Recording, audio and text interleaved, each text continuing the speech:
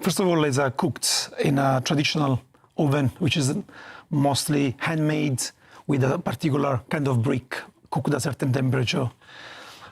And it's cooked like a very high temperature, cooks in 50 seconds. Wow. That gives that softness and moisture, which is normally like you don't have in the other kind of pizza, which are more crispier. Yeah. You have to eat it folded. It doesn't, yeah.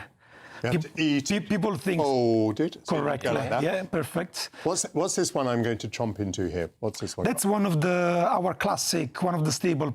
After the margherita, it's the best-selling pizza. That's Caterina, Santa Caterina, salame and chili. It's one of the best-selling, one of our classics, one of our staple pizza. Gentlemen, it's absolutely marvellous. Does Angelo, does Naples claim to have invented the pizza? Was it invented in Napoli, do you think? There's lots of question about it. I'm not sure, but definitely Neapolitans, it's what they made the stable as a food in worldwide, basically. Mm-hmm. I think they've managed to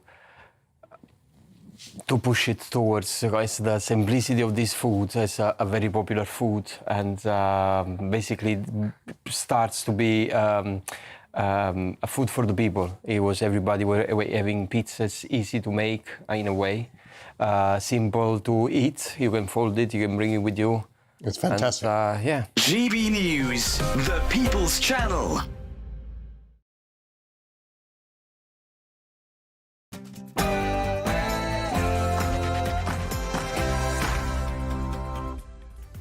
Well, good afternoon, everybody. It is 3 o'clock. Welcome to the Martin Daubney Show. I'm Alex Armstrong, and of course, we're broadcasting live from the heart of Westminster and across to all of you in the United Kingdom.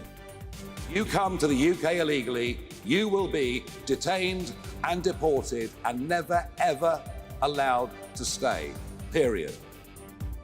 Tough talk from Nigel Farage yesterday, but he's now clarified deportation policies, insisting that not all women will be sent back. If a single woman, etc., comes to Britain, they will be detained and deported. If a woman comes with children, we'll work out the best thing to do. But the big message here is that the vast majority of those that come are young males.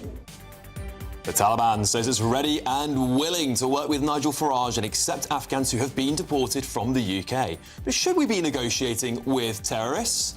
The UK leader says it's necessary. I don't trust them particularly, but I am deeply worried about too many Afghan males on our streets. I want the message to be sent to Afghans, you know, if you come, you're going to be detained and deported. Millions of households will see their energy bills hiked by 2% this autumn. Bolton pensioner Janice Gillen told GB News the situation is terrible. I think that pensioners loads of money and they don't. We survive, and the real world is us trying to survive. Those in London don't know. But Energy Minister Michael Shanks blamed fossil fuels as he vowed to push ahead with Labour's net zero mission. Any rise in prices is obviously a concern for households and for businesses, but the truth is that the price of gas is still 75% higher than it was before the invasion of Ukraine, and we're still paying the price for that. That's the fossil fuel penalty. Yes, it's the biggest design change in 175 years as solar panels are going on post boxes. They're set to be rolled out across the country. I'll be joined by the Secret Society of Hertford Knitters, who are up in arms that they've now been blocked from decorating these woke post boxes. And it's 70 years of Guinness World Records to celebrate. I don't know what I'll be doing, but I'll be trying to break some records of my own. Apparently, it's going to get fishy.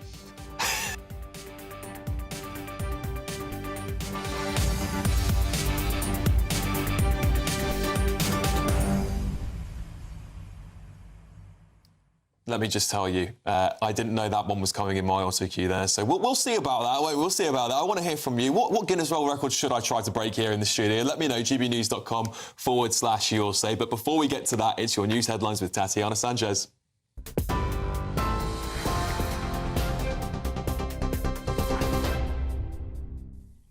Alex, thank you very much. The top stories. Nigel Farage has clarified Reform UK's stance on deportation, saying the party's focus will be on young men arriving illegally. The Reform UK leader said there's a slight confusion over his earlier comments, insisting deporting children is far more complex and families are not top of the list. But pressed on whether women would be removed, he confirmed that single women would be detained and deported, while cases involving mothers and children would be handled differently.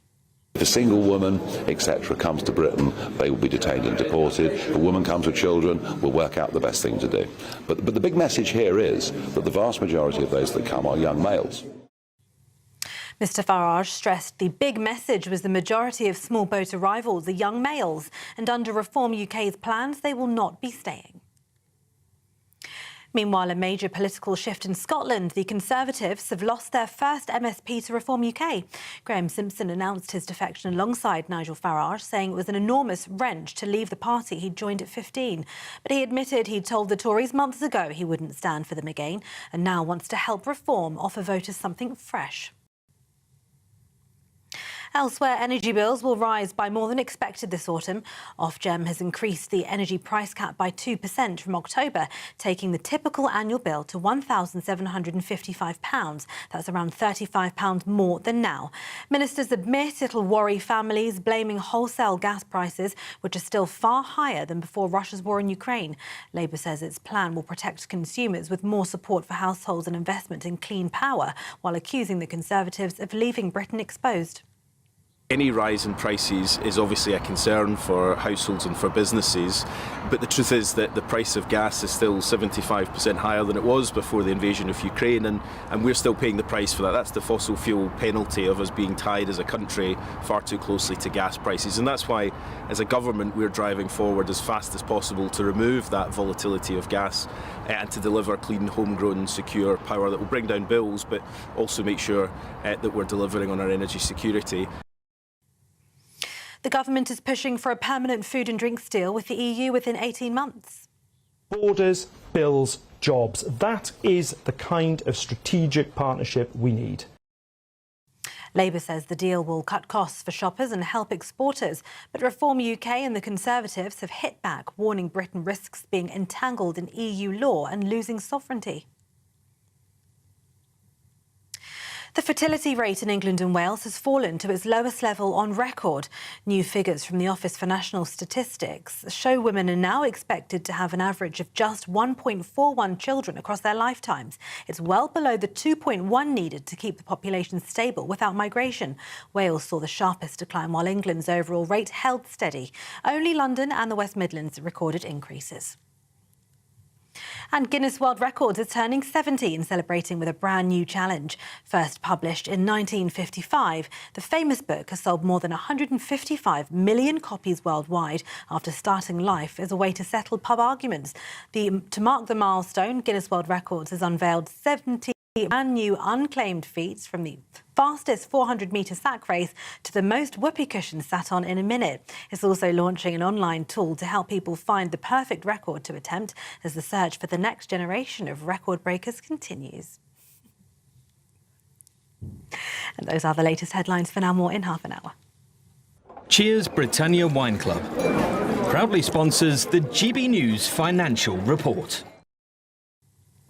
And here's a quick snapshot of the markets. The pound buying you $1.3426 and €1.1596. The price of gold, £2,514.47 per ounce, and the FTSE 100 is at 9,271 points. Cheers Britannia Wine Club proudly sponsors the GBNews Financial Report.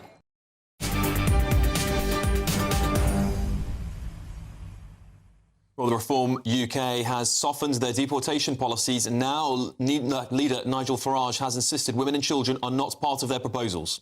If a single woman, etc., comes to Britain, they will be detained and deported. If a woman comes with children, we'll work out the best thing to do. But the big message here is that the vast majority of those that come are young males. That's a clarification on that policy there. This comes as spokesman for the Taliban has said the group is ready and willing to work with Nigel Farage on migrant deportations. But Reform UK leader says it's the only way they can get a grip on the crisis. don't trust them particularly, but I am deeply worried about too many Afghan males on our streets. I want the message to be sent to Afghans, you know, if you come, you're going to be detained and deported. And my priority has to be the safety of women and girls on Britain's streets, given the horrendous rape statistics for Afghan males. Well, joining me now is GBNews political correspondent Olivia Utley. Olivia, thank you so much for joining me. A welcome clarification, perhaps, given that there was quite a big mainstream media backlash to this policy yesterday. Well, yes, absolutely. Nigel Farage has clarified. So he's now saying that women and children who have come to the UK illegally wouldn't be the focus of deportations. He said that he is not saying that they would be exempt from deportations forever, but he says that over the next 5 years, the plan for Reform UK would be to deport male migrants coming on their own. Now, male migrants coming on small boats make up 90%, 87 to 90% of small boat arrivals, and of course that is the main issue for those people who are protesting in places like Epping, in Canary Wharf and Solihull, who've been protesting around the country over the weekend. Their focus is on those male migrants. So I think this is probably quite a wide clarification from Nigel Farage, diverting media attention back onto the main policy instead of this perhaps for some slightly worrying idea that young children, women and young children, could end up being sent back to places like Afghanistan under the Taliban rule. Indeed. Well, the last statistics we saw the year ending June 2025, there was roughly 8,500 to 9,000 Afghans who were seeking asylum. Did Reform clarify whether those people, historically, because we're looking at 4 years ahead, of course, that's when the next election is, that's when a new government might arrive, would they be deporting people that have come here prior to their election, Olivia? Well, it's not completely clear. Reform is talking about deporting all of those people who have come, who are now in the UK. So it sounds as though they want to get as many of these people out as possible from whenever they came. And Nigel Farage has talked about giving £2,500 to migrants who would self-deport. That's his first plan, to use a sort of self-deportation app and giving those people money to go back to the country that they came from. He's also talked about this deal potentially with the Taliban. It's actually similar to something that Germany has done. So there is a bit of a precedent for this, striking a deal with the Taliban. The Taliban have said that they wouldn't accept money for their own citizens, but that they would accept aid, so essentially money by the back door to help these people get back on their feet when they return to Afghanistan.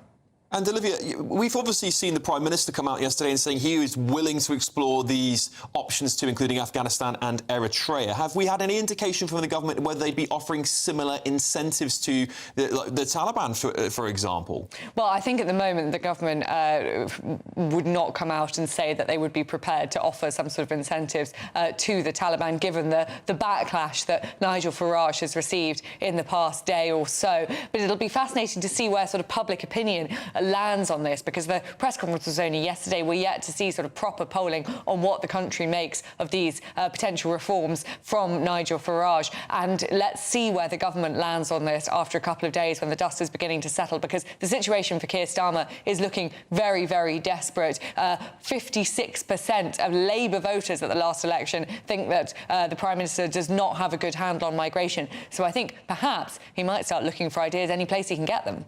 Well, indeed, and I think 7 out of 10 members of the public also don't think that he's doing a good job either, Olivia. So, GBNews political correspondent Olivia Utley, thank you for joining me, giving us the latest on that. Let's speak with former SAS officer Matthew Hellier, who's fought the Taliban in Afghanistan. Matthew, thank you so much for joining me. What do you make of this policy? Of course, you served in Afghanistan. Are you slightly concerned? Are you concerned that a UK government would now be making a deal with the Talibani government? No, not at all. The Taliban are the people that we fought back in 2001 in November are a different Taliban that they are now. We need to create a deterrent in this country to stop the illegal immigration. It's absolute crazy what's going on. The figures now, each member of the community is just paying for illegal immigrants. It's got to stop. What Nigel Farage has said and what the Conservatives done before is put in this deterrent. The Rwanda deterrent worked. We all know that. We need this deterrent. It's happened in Germany. It needs to happen in this country. And if that means that we have to speak to the Taliban to ensure that we can deport criminals and illegal immigrants back to the country of origin, that is the case. We need to do that. We need this deterrent in now. Yeah, and many are going to absolutely agree with you on that, Matthew. But some will be saying that we're funding a terrorist government, and that money could be funneled through the Taliban into people that hate our country. We'll be sending thousands of people back to Afghanistan. I'm sure they're not going to be very happy with us. Could we be potentially funding a new generation of terrorists? Yeah, I understand what you're saying, but even the Taliban themselves have said that they will not accept money for deportation of illegal immigrants. They will accept aid, which is completely bona fide. We should be helping, the poorer countries, but we shouldn't be hosting their illegal immigrants, their criminals. And let's be honest, there is an argument about women and children. We haven't got a problem with women and children. When we look at the boats that are coming across to France, from France now, they are 90%, 95% male. We don't know who they are, where they're coming from. They need to go on a process. The general public are sick of this. We are paying for these illegal immigrants. They need to be housed in military camps. They need to be processed immediately. And if they are not welcome, they need to be deported. The minute one of these illegal immigrants creates creates a crime in this country, then that is immediate deportation to their country of origin. Indeed.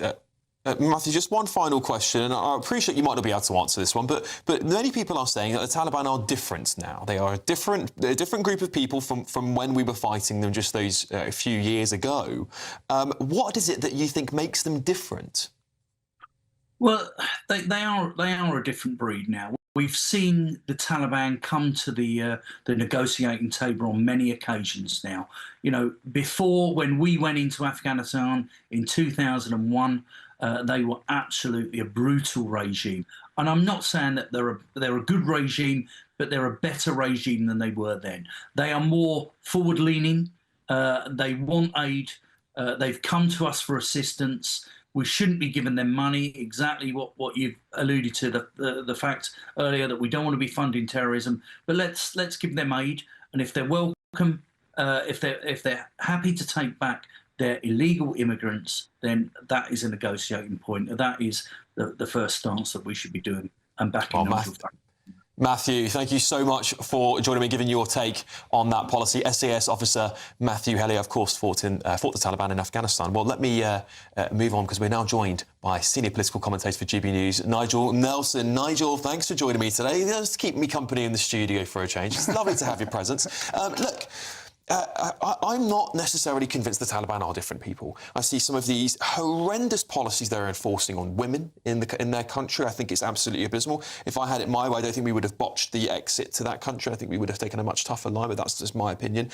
Are you concerned in any way that we might have to give some sort of compensation to a terrorist organisation? Yes, absolutely. I mean, the Taliban, there may be different people at the top, but you're still talking about basically the same organisation that we fought some time ago. Yes, I mean, the concern would be, first of all, what is the price for it? They talk about aid. Well, how much aid? I mean, we know that they're desperate for foreign aid, and countries haven't been keen on supplying it. So there'll be a price. This is the problem with the whole of Nigel Farage's policies. It's working out exactly the practical way of doing it. I mean, he was mentioning women and children. He softened his tack on that. Well, that's all very well. But what about unaccompanied children? That I live in Kent. It's the front line of the boats coming ashore. We've got 1,200 of them in our county, and it's difficult to know what to do with them. And I think we were talking about criminals, about returning criminals. Bear in mind, the law's about to be changed, where foreign criminals will now be thrown out of the country on conviction, not after sentence. Indeed. And I think to go back to this policy, of course, because this is what we're all talking about at the moment. It's been a big conference yesterday. Do you think we haven't got another option? Because that's what Reform UK is saying. They're saying, look, this is what other choice do we have? We have tried everything else. We need to deport these people. Germany's managing to do it. We are stuck between a rock and a hard place. We need to get some of these foreign criminals, particularly the criminals, out of the country. what other options are there, Nigel? Well, the question about what reform is doing is not that it's impossible to do. The question really is it practical to actually do it? So take the idea of arresting migrants and keeping them locked up and making sure they can't escape.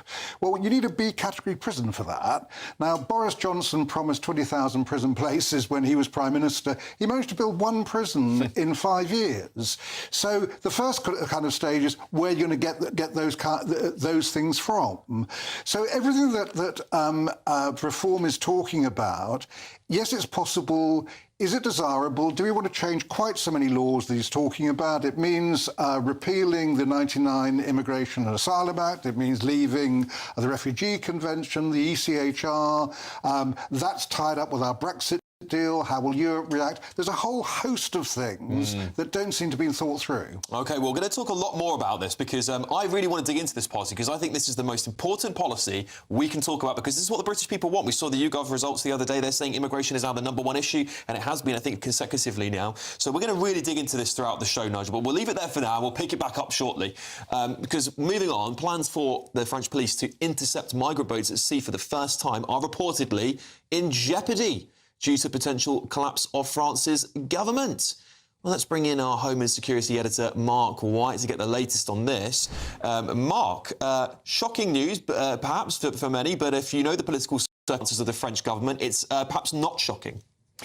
Well, indeed, yes. They are expecting a confidence vote on the 8th of September, and the government of François Bayrou is expected to lose that confidence vote, in which, of course, that will mean that Emmanuel Macron, the French president, is going to have to seek a new prime minister and cabinet. So the current cabinet will be a caretaking government until a new government can be formed. And what does that mean? Well, it means that many of the policies that they're hoping to enact will be put on hold until a new government is formed. And that could mean that this tactic of pushing small boats back to the coast of France will be delayed even further. It's already been delayed because you'll remember it was June that the government, with great fanfare, announced that the French were on board and they were about to enact this new tactic of pushing these small boats back to the shore if they are within 300 metres off the coastline and in shallow water. However, the French have this issue just like we do. The lawyers have got involved within government and have suggested that this might be in breach of maritime law, which allows, of course, for an interdiction of a boat at sea for rescue purposes, but not necessarily this kind of tactic in police enforcement terms. So that's being argued over at the moment. They are confident, we're told, ministers within the French government, that they will be able to enact this policy properly. But as I say, if the government is in collapse mode and a new government is about to be formed, it's not going to be high up on their priority list, which means this tactic, which we're told from the British government's point of view is a game changer, is not going to be enacted anytime soon. And very briefly, Mark, because Michel Barnier was the last French premier, the last French prime minister. He lasted 3 months, of course, chief Brexit negotiator at the time, quite hated by many Brits, particularly on the Brexit side. He didn't last very long. Is this really going back sort of 60 years ago? The French haven't seen circumstances like this. Will this just keep plodding along, or will the French be forced into new elections? Well, they may well be forced into new elections. They've got real issues there in terms of the economy in France in particular, and some real issues that they have to grapple with that, of course, are really setting politicians against each other. So let's just see how that goes. As far as pushing the boats back is concerned, we were promised that this would happen months ago. It hasn't yet, and may not be happening anytime soon. Yeah. To be honest, though, Alex, even pushing the boats back to the coast of France, puncturing the boats or doing whatever else you're doing to the boats, isn't really solving the problem as such. It's just delaying the inevitability of so many of these migrants making it across anyway. Because they're pushed back, they just try another day. And it can't be very popular with the French people, who certainly won't want them staying in France, I can imagine. So, Mark White, Home Security Editor, thank you so much for joining me and filling me on that story there. Well, coming up, millions of households will see their energy bills hiked by 2% this autumn. Weren't you promised a discount on your bills? Well, Bolton pensioner Janice Gillan told GB News this situation is terrible. Think that pensioners loads of money and they don't. We survive, and the real world is us trying to survive. Those in London don't know. This is GB News, Britain's news channel.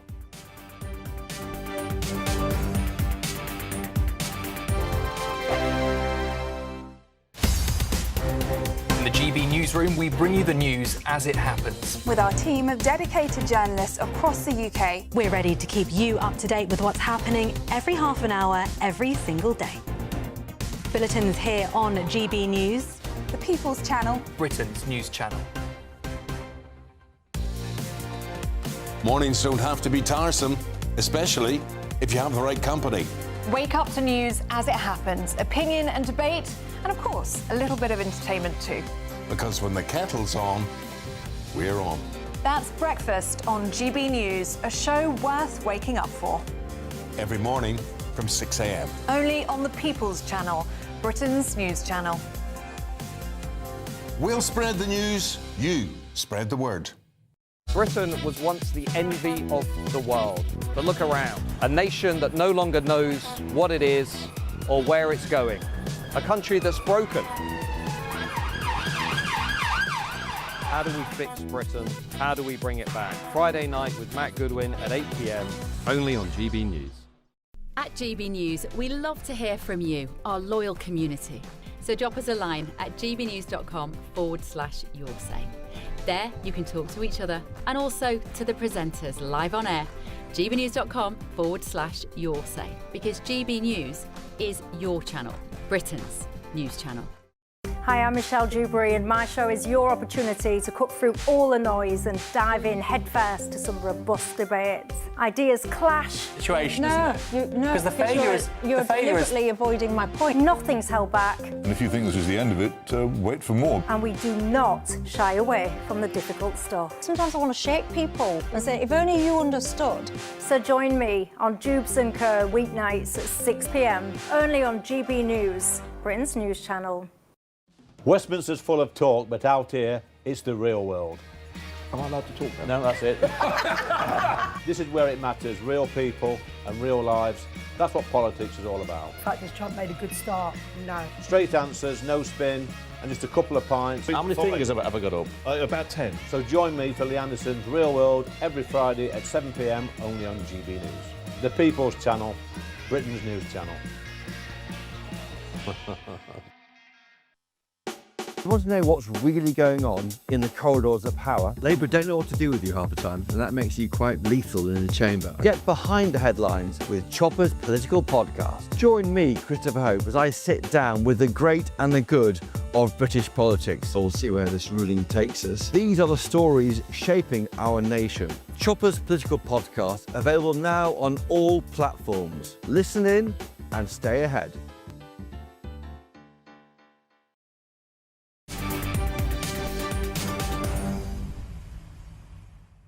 Welcome back, I'm Alex Armstrong, this is GB News. Well, the energy regulator Ofgem has announced the price cap will rise by 2% from October. That means a rise of at least £2.93 per month for the average household. Here's how Energy Minister Michael Shanks responded to the news.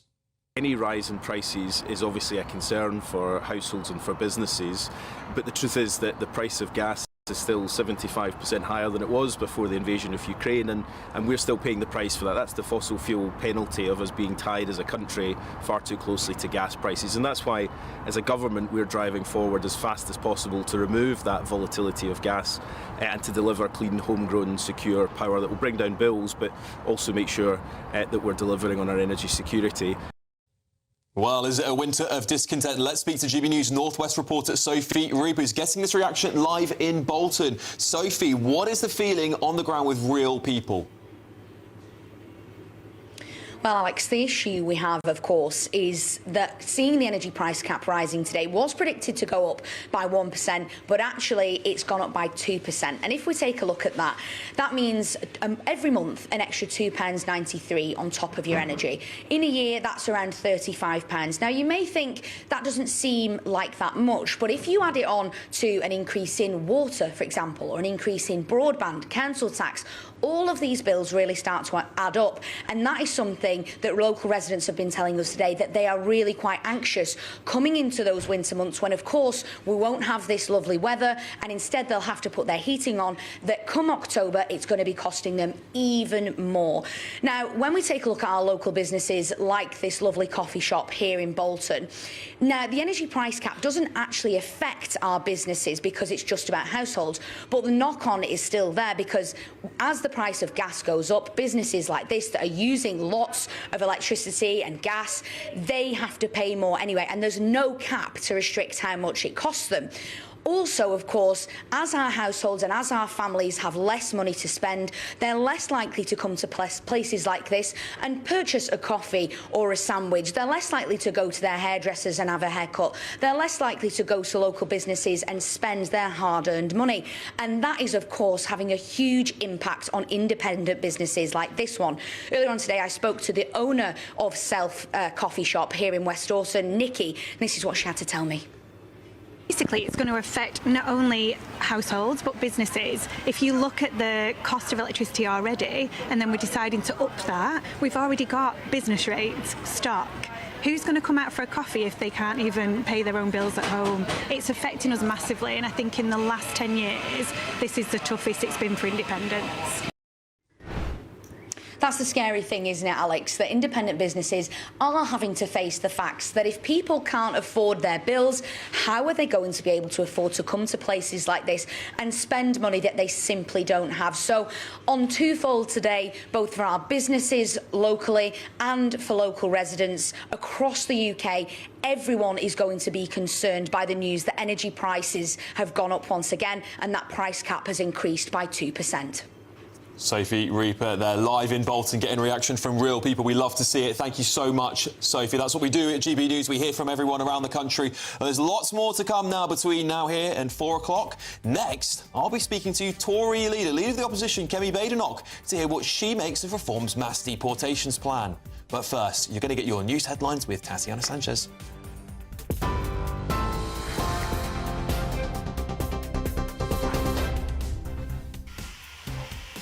Alex, thank you very much. The top stories this hour. Nigel Farage has clarified Reform's deportation plan, saying single women who arrive illegally will be removed, while families with children will be handled differently. If a single woman, etc., comes to Britain, they will be detained and deported. If a woman comes with children, we'll work out the best thing to do. But the big message here is that the vast majority of those that come are young males.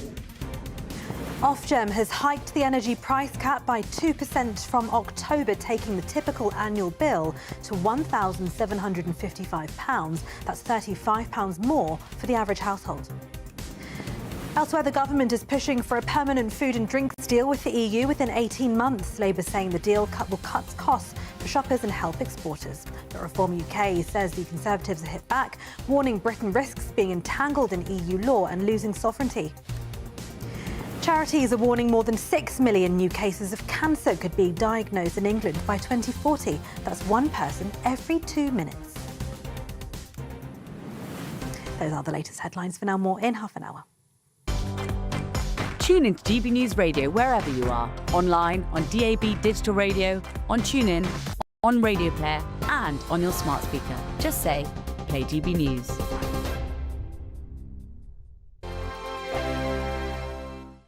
Hello there, good afternoon. Welcome to your GB News weather update from the Met Office. As we head through the overnight period, any showers across eastern areas soon easing away, leaving clear, cool skies. But from the west, low pressure largely dominating. So further cloud, further showers sweeping in here, and at times some quite gusty winds, particularly around coastal areas. The showers will linger for a time across parts of Scotland and across parts of southeast England, East Anglia, where once again they could turn heavy, possibly even thundery. But eventually it will turn drier.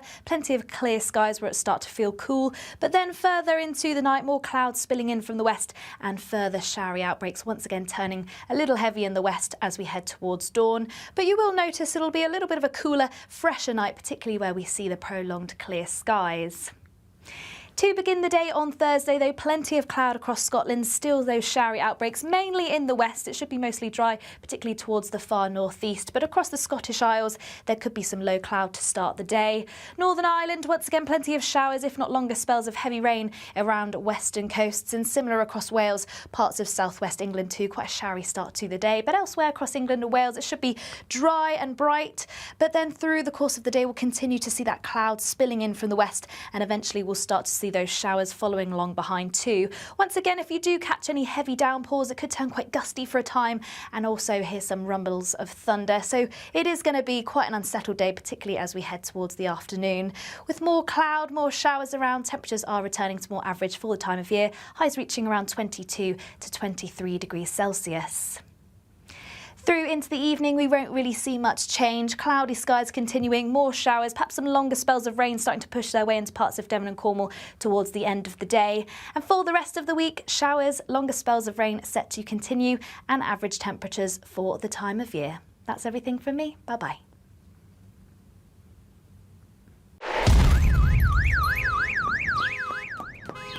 Crash Law 24 sponsors GB News Traffic and Travel Report. Good afternoon. This is the latest AI travel news from GBNews.com. In South Lanarkshire, drivers should be cautious due to surface water. In Manchester, a collision on the M6 anti-clockwise between junctions 21 and 19 closed 2 lanes. In Leicestershire, a road incident on the M1 northbound at junction 21 closed 1 lane. In Dudley, a broken-down vehicle on the M5 northbound between junctions 3 and 2 shut 2 lanes. In Oxfordshire, a vehicle fire on the M40 southbound between junctions 8A and 6 closed 1 lane. And on the trains, Avanti West Coast reports delays between Carlisle and Lancaster. And Great Western Railway has disruption between Oxford and Didcot Parkway. For more travel news, go to gbnews.com. Crash Law 24 sponsors GB News Traffic and Travel Report.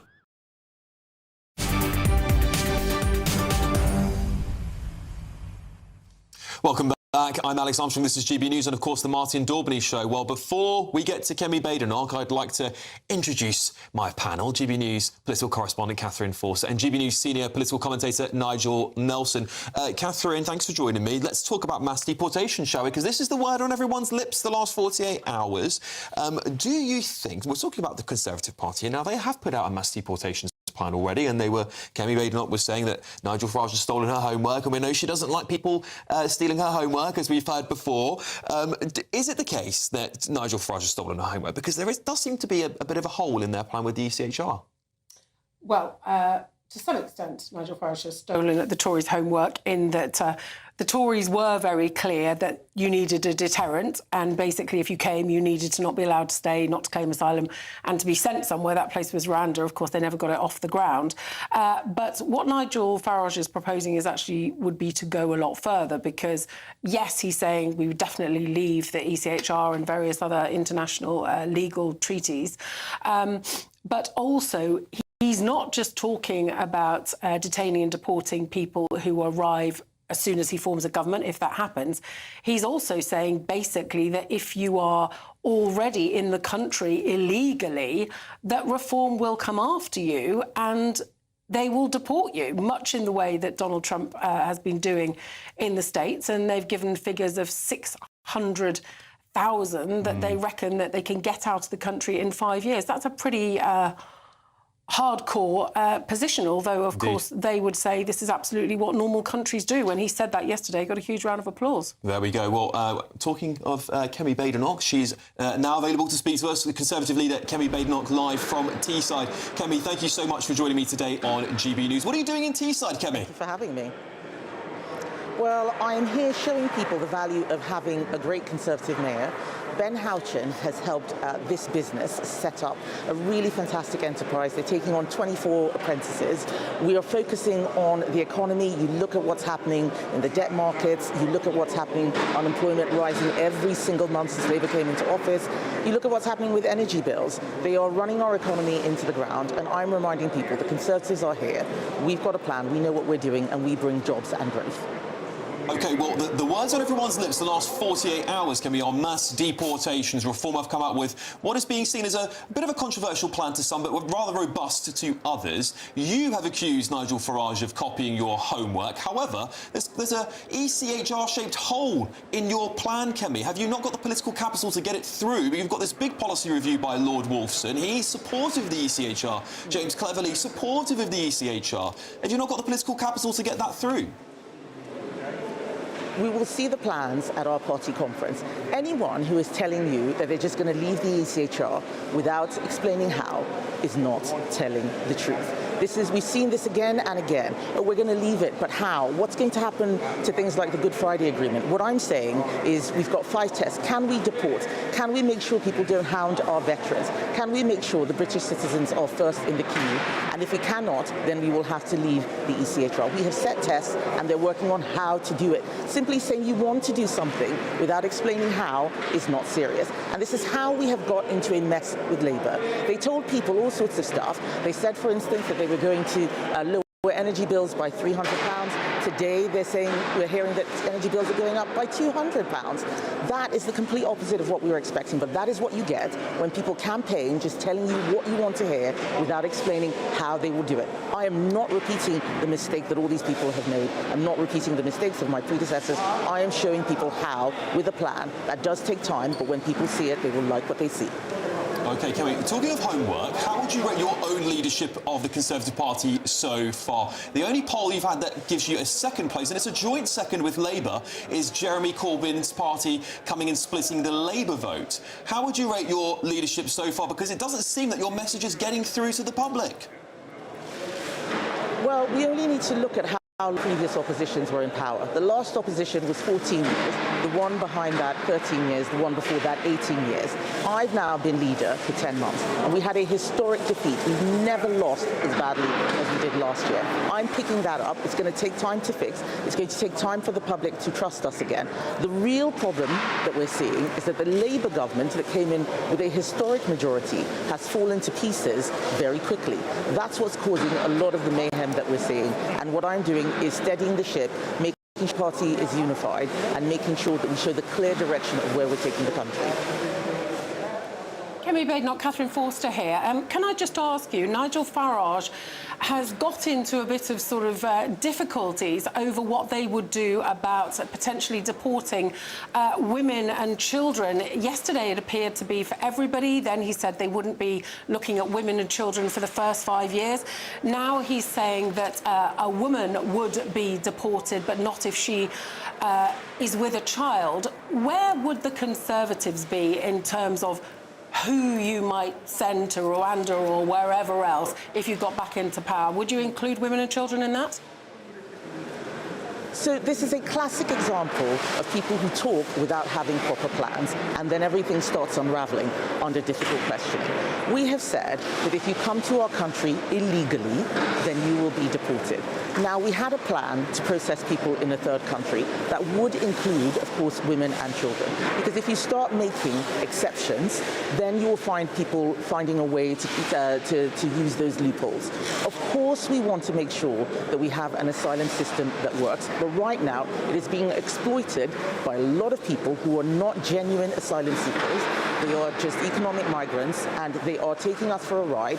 It's costing billions. You only need to look at what happened in Epping, where it took a Conservative council to get an injunction against the government. That, again, shows the power of what Conservatives are delivering, real results on the ground, not just talking. Kemi, you have written to Conservative councils up and down the country and you've asked them to legally challenge hotels in their areas. Now, we know what happens once these hotels close. They're going to be moved into HMOs. Do you think you're going to be making the problem worse for people up and down the country? Because at the end of the day, at least where there's hotels, there's security. People know where they are. But by forcing them into the hotel situation, by forcing the government's hand on this, surely you're only making matters worse. Well, I've been very, very clear that HMOs are not a solution. Just because I say something is bad doesn't mean that people should take the worst option. There are other things that can be done. I have been very clear that the government needs to start thinking about setting up separate facilities. It is not fair and it is not right for local communities to have to be the ones paying the price and bearing the brunt of the impact. It's not fair on them. And the thing that really convinced me about this... Kemi, the government are not going to do. They are not going to put migrants on bases, so I'm not in government. The government needs to solve the problem. The government needs to solve the problem. We are not in government now. If we were in government, we would be solving this. We closed the bell. Kemi, you're challenging your councillors to take legal action. You're going to force the government's hand. Kemi, you're going to force the government's hand. If all these hotels close, they're going to HMOs, aren't they? If I could finish, I'm very, very happy to force the government's hand to make sure that communities do not have to pay the price of having so many people, including a criminal element, in their communities. I sat down and spoke with the mothers and fathers in Epping. They told me that they were scared to go out. They couldn't go to the park because there were people lurking in bushes. The government needs to solve the problem by taking the impact away from communities, away from children. It is not my fault as the leader of the opposition helping those people and then you blaming me about forcing the government's hand. The government needs to get a grip. OK, Conservative leader Kemi Badenoch there. Tough stuff. Thank you very much for joining me for a good hearty debate. Let's bring in my studio here, Catherine Forster and Nigel Nelson. Catherine, I don't take Kemi's point on this. I think if you're going to force the hand of the government legally to say, actually, these hotels must be closed, you therefore are actually pushing them to their desired option, which is HMOs. And it's very well for the leader of the opposition to say, actually, it's not my place in government. Well, if she's going to take legal action and force the government's hand, surely that's a political decision too. Well, certainly, if dozens of hotels are forced to close, these people will have to go somewhere. We don't have the places ready to take them. Remember the terrible mess the Tories got into over the Bibi, Stockholm, various military bases that they wanted to use and face problems. So they will be going into houses of multiple occupation. I suspect what Kemi Badenoch will ultimately think is that's not her problem. It's a victory. It's political point scoring. It is the government's problem. It certainly is. But if you've got the political power to force the government's hand, you are therefore part of the problem. And listen, I'm going to make this very clear. I am not supportive of migrant hotels in this country. I'm not supportive. I'd have them all deported tomorrow if I had it my way. But however, I don't want this situation to get worse for people up and down the country. We saw the tensions it caused in Northern Ireland not that long ago, Nigel. Do you think they're just losing the case on this one? Well, I think that what Kemi Badenoch is proposing by encouraging councils to try and get people out of hotels, while understandable, doesn't solve the problem. What the government are talking about is, yes, they want to close hotels, but it'll take time. They're talking about 2029 before hotels will not be used any longer.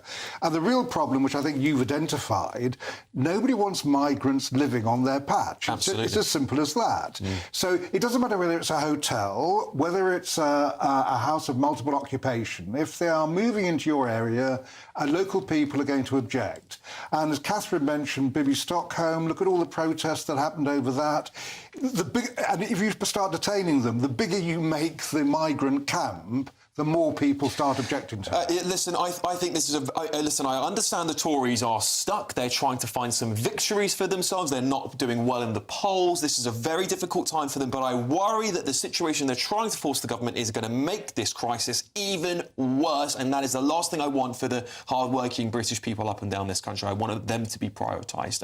But anyway, let's move on, shall we? Breaking news. A gunman has opened fire in a church in Minnesota with fears of mass casualties.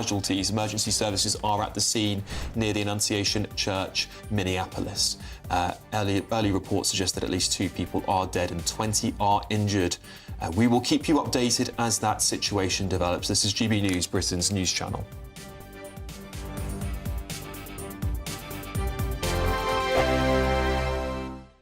Britain was once the envy of the world. But look around. A nation that no longer knows what it is or where it's going. A country that's broken. How do we fix Britain? How do we bring it back? Friday night with Matt Goodwin at 8 p.m. only on GB News.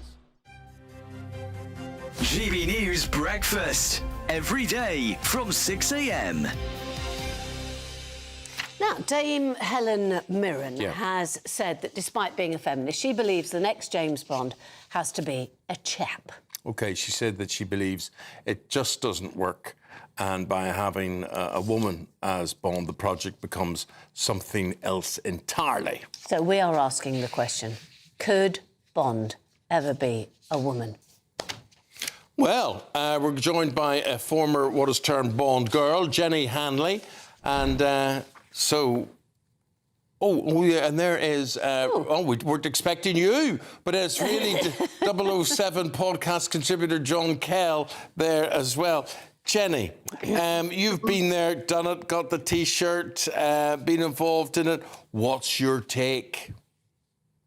I think James Bond has to be a male because he came from the imagination of Ian Fleming. If you want a female 007, don't ride on his coattails and take the fame that has come from his character, James Bond. Write your own.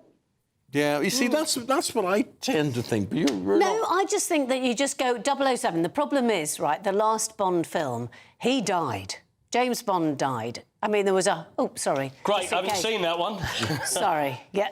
I think everybody pretty much now knows that he definitely... I mean, there was an absolutely... It wasn't even did he or didn't he, can he or can he not survive. It was 100% gone. So it's now time for a clean... The nice thing about a clean sheet, surely, John, is that you can actually go, right, so 007, let's do the 007, and then we can do different stories, because the books that have been written by Ian Fleming have been well and truly milked, haven't they? GB News, the People's Channel. At GB News, we love to hear from you, our loyal community. So drop us a line at gbnews.com/yoursay. There you can talk to each other and also to the presenters live on air. gbnews.com/yoursay, because GB News is your channel, Britain's news channel. Join me, Nana Akwe, for an informative, interactive news programme with a difference. It's fun. No, he didn't say that, Dave. I'm so surprised. I think there's an element of truth to that. Join me from 3 p.m. every weekend, only on GB News, Britain's news channel.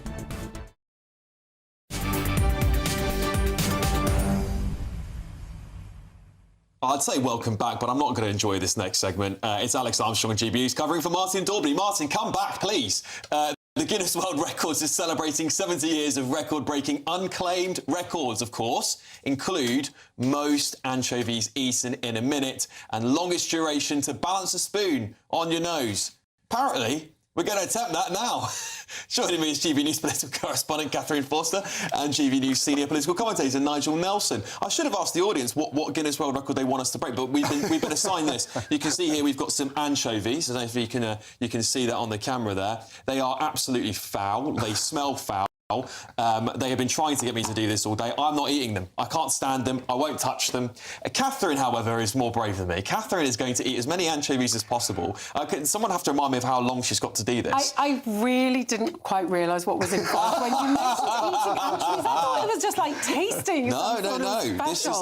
This is not Michelin star here. This is GB News. You Michelin seriously star. want me to do this? Well, this is. I don't want you to do this, Catherine. Whoever the boss is today wants you to do this. We've got to try the spoons. We've also got a spoon competition here, so this is how long. I don't know what the record is. I just think as long as possible to balance a spoon on your nose. Now, I don't know if I have to do it like that and balance it like that, or whether there's like different ways. I've never tried this. Probably since I was 5 years old. I might have done it when I was a child. But apparently this is an unclaimed record. So Nigel and I... OK. Nigel's going to go first. I think this way is the no answer. cheating with the glasses, though. All right? Because the glasses give you a little bit of balance. Go on. 3. When you let go... one more attempt, Nigel. Go on, one more attempt. We'll give it... One more go. Give it 1, 2, 3... Okay, 4 seconds. Nigel Nelson is now the world record holder for balancing a spoon on your nose. Go on, Alex. I'm going to give it a go now. All right, let's give it a go. Right. Let's see. All right. Is this the way to do it? I don't know if I'm cheating. Am I cheating? 3, I could just stay here like this now. 5, 6, 7, 8. You could be here all day. I can move and do it as well. Look at that. 10. Do I get double 11, record because I can move 12, and do it? 13, 14. I could just 15, do the rest of the show like this. 16. Catherine, 17, while we're counting, 18. do you want to try your record as well? As many anchovies as possible within I don't know how much time you've got to do this. I'm not going to get very 1 minute. I'm going to try to channel my inner Nigel Farage in the jungle. Do you remember the things that he ate? Oh, my God, it's so nasty. Here we go. One anchovy. No, that was... I can't see. OK, someone will have to tell me how many she's done. Because I've still got a spoon on my nose.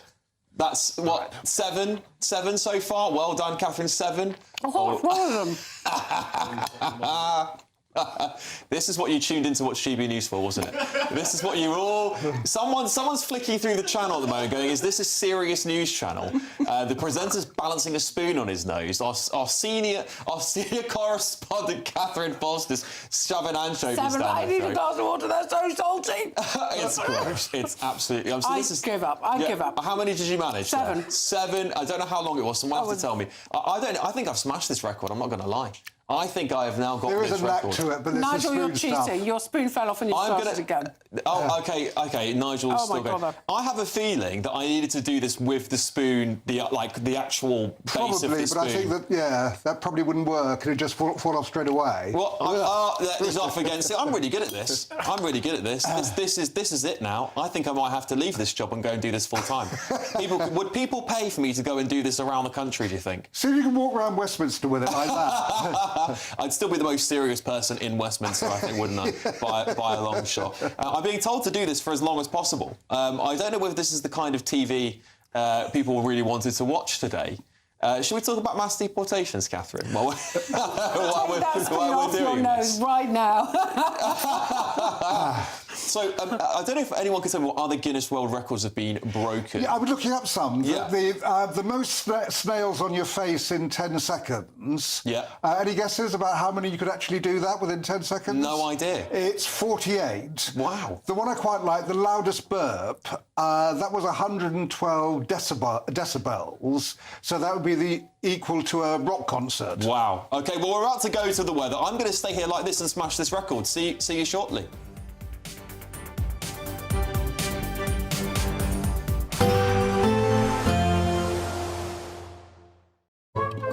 Today's outlook: cool, calm and completely horizontal. Boxed Aircon sponsors the weather on GB News. Hello there, good afternoon. Welcome to your GB News weather update from the Met Office. As we head through the overnight period, any showers across eastern areas soon easing away, leaving clear, cool skies. But from the west, low pressure largely dominating. So further cloud, further showers sweeping in here, and at times some quite gusty winds, particularly around coastal areas. The showers will linger for a time across parts of Scotland and across parts of southeast England, East Anglia, where once again they could turn heavy, possibly even thundery. But eventually it will turn drier. Plenty of clear skies where it start to feel cool, but then further into the night, more clouds spilling in from the west and further showery outbreaks, once again turning a little heavy in the west as we head towards dawn. But you will notice it'll be a little bit of a cooler, fresher night, particularly where we see the prolonged clear skies. To begin the day on Thursday, though, plenty of cloud across Scotland, still those showery outbreaks, mainly in the west. It should be mostly dry, particularly towards the far northeast. But across the Scottish Isles, there could be some low cloud to start the day. Northern Ireland, once again, plenty of showers, if not longer spells of heavy rain around western coasts. And similar across Wales, parts of southwest England too, quite a showery start to the day. But elsewhere across England and Wales, it should be dry and bright. But then through the course of the day, we'll continue to see that cloud spilling in from the west, and eventually we'll start to see those showers following along behind too. Once again, if you do catch any heavy downpours, it could turn quite gusty for a time and also hear some rumbles of thunder. So it is going to be quite an unsettled day, particularly as we head towards the afternoon. With more cloud, more showers around, temperatures are returning to more average for the time of year, highs around 22 to 23 degrees Celsius. Through into the evening, we won't really see much change. Cloudy skies continuing, more showers, perhaps some longer spells of rain starting to push their way into parts of Devon and Cornwall towards the end of the day. And for the rest of the week, showers, longer spells of rain set to continue, and average temperatures for the time of year. That's everything from me. Bye-bye. Today's outlook: cool, calm and completely horizontal. Boxed Aircon sponsors the weather on GB News. Crash Law 24 sponsors GB News Traffic and Travel Report. Good afternoon. This is the latest AI travel news from GBNews.com. The A9000 southbound onslip to the Forth Road Bridge has restrictions due to a broken down vehicle. M4 westbound at junction 42, Earlswood, has construction work closing the entry slip road, with diversions in place. In Manchester, the M60 anti-clockwise has 2 lanes closed, with over an hour of delays expected. The M1 southbound in Rotherham faces delays due to a collision after lane closures. And on the trains, delays affect Avanti West Coast services between Carlisle and Lancaster, and Great Western Railway between Oxford and Didcot Parkway. For more travel news, go to gbnews.com. Crash Law 24 sponsors GB News Traffic and Travel Report. It's the final week to see how you could win your mortgage or rent paid for a whole year. That's a cash lump sum equivalent to 12 of your monthly mortgage or rent payments, right up to a whopping £20,000. Plus, we'll add an extra £5,000 on top for good measure. Make sure you don't miss out as lines close on the 29th of August. For another chance to win, text WIN to 63225. One entry costs £2.50 plus one standard network rate message, or text BONUS to 63225. 5 entries cost £5 plus one standard network rate message. Go to gbnews.com/win. Entries start at £2.50. Call 0903 686 3232. Calls cost £2.50 plus your network access charge. Or post your name and number to GB15 PO Box 8690 Derby DE1 9TT. UK only. Entrance must be 18 or over. Lines close at 4 p.m. on the 29th of August. Please check the closing time if listening or watching on demand. Good luck. Westminster's full of talk, but out here, it's the real world. Am I allowed to talk then? No, that's it. This is where it matters. Real people and real lives. That's what politics is all about. The fact has Trump made a good start? No. Straight answers, no spin, and just a couple of pints. How many fingers have I got up? About 10. So join me for Lee Anderson's Real World every Friday at 7 p.m. only on GB News. The People's Channel, Britain's news channel.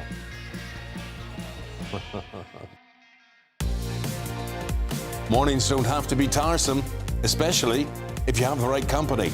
Wake up to news as it happens, opinion and debate, and of course, a little bit of entertainment too. Because when the kettle's on, we're on. That's Breakfast on GB News, a show worth waking up for. Every morning from 6 a.m. Only on the People's Channel, Britain's news channel. We'll spread the news, you spread the word.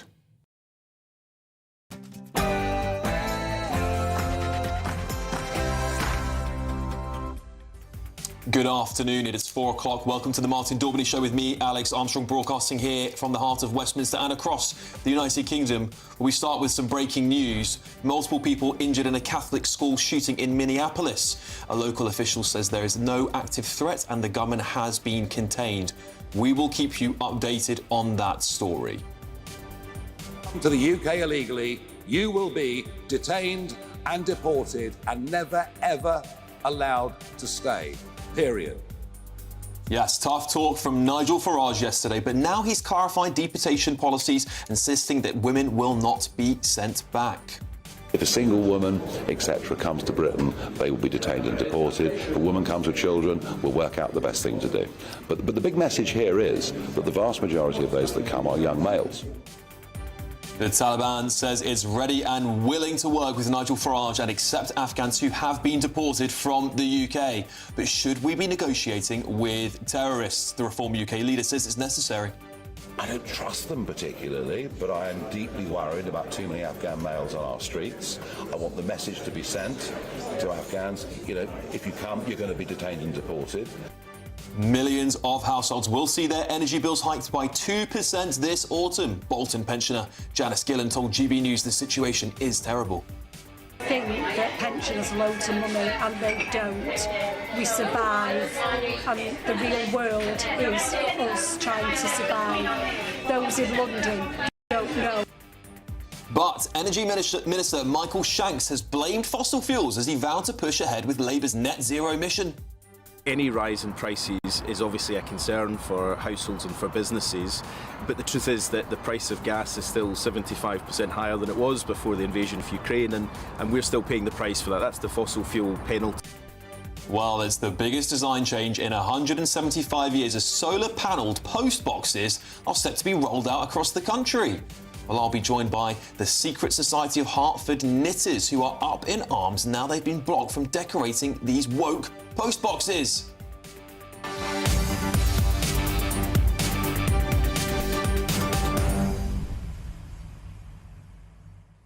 Well, keep your comments coming here. Just a brief one here. Bill says, Alex, they should shut the hotels and put them in secure detention camps. Why do you suggest HMOs?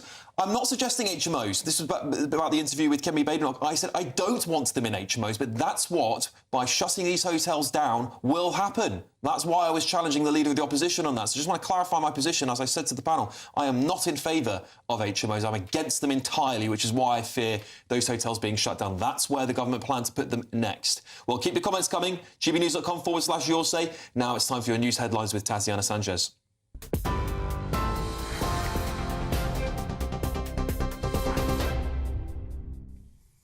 Alex, thank you very much. The top stories, that breaking news this hour that police say several people are injured after a shooting at a school in Minneapolis. The Governor, Tim Walz, called the gunfire horrific. The city of Minneapolis has posted an update on social media saying the shooter has been contained and there is no active threat. US President Donald Trump saying he's been fully briefed on the shooting, adding the FBI quickly responded and are on the scene. We'll bring you any more on this breaking story as we get it. Elsewhere, Nigel Farage has clarified Reform UK's stance on deportation, saying the party's focus will be on young men arriving illegally. The Reform leader says there's slight confusion over his earlier comments, insisting deporting children is far more complex and families are not top of the list. But pressed on whether women would be removed, he confirmed that single women would be detained and deported, while cases involving mothers and children would be handled differently. If a single woman, etc., comes to Britain, they will be detained and deported. If a woman comes with children, we'll work out the best thing to do. But the big message here is that the vast majority of those that come are young males. Mr Farage stressed the big message was the majority of small boat arrivals are young males, and under Reform UK's plans, they will not be staying. Meanwhile, a major political shift in Scotland. The Conservatives have lost their first MSP to Reform UK. Graham Simpson announced his defection alongside Nigel Farage, saying it was an enormous wrench to leave the party he'd joined at 15. But he admitted he'd told the Tories months ago he wouldn't stand for them again, and now wants to help Reform offer voters something fresh. In other news today, energy bills will rise by more than expected this autumn. Ofgem has increased the energy price cap by 2% from October, taking the typical annual bill to £1,755. That's around £35 more than now. Ministers admit it'll worry families, blaming wholesale gas prices, which are still far higher than before Russia's war in Ukraine. Labour says its plan will protect consumers with more support for households and investment in clean power, while accusing the Conservatives of leaving Britain exposed. Any rise in prices is obviously a concern for households and for businesses, but the truth is that the price of gas is still 75% higher than it was before the invasion of Ukraine, and we're still paying the price for that. That's the fossil fuel penalty of us being tied as a country far too closely to gas prices, and that's why as a government we're driving forward as fast as possible to remove that volatility of gas and to deliver clean, homegrown, secure power that will bring down bills but also make sure that we're delivering on our energy security. The government is pushing for a permanent food and drinks deal with the EU within 18 months. Borders, bills, jobs. That is the kind of strategic partnership we need. Labour says the deal will cut costs for shoppers and help exporters, but Reform UK and the Conservatives have hit back, warning Britain risks being entangled in EU law and losing sovereignty. Elsewhere, the fertility rate in England and Wales has fallen to its lowest level on record. New figures from the Office for National Statistics show women are now expected to have an average of just 1.41 children across their lifetimes. It's well below the 2.1 needed to keep the population stable without migration. Wales saw the sharpest decline, while England's overall rate held steady. Only London and the West Midlands recorded increases. Guinness World Records is turning 70 and celebrating with a brand new challenge. First published in 1955, the famous book has sold more than 155 million copies worldwide after starting life as a way to settle pub arguments. To mark the milestone, Guinness World Records has unveiled 70 brand new unclaimed feats, from the fastest 400-metre sack race to the most whoopee cushions sat on in a minute. It's also launching an online tool to help people find the perfect record to attempt as the search for the next generation of record breakers continues. And those are the latest headlines. For now, more from me in half an hour. Cheers Britannia Wine Club proudly sponsors the GB News Financial Report. And here's a snapshot of the markets. The pound will buy you $1.3426 and €1.1596. The price of gold is £2,514.47 per ounce, and the FTSE 100's at 9,271 points. Cheers Britannia Wine Club proudly sponsors the GB News Financial Report.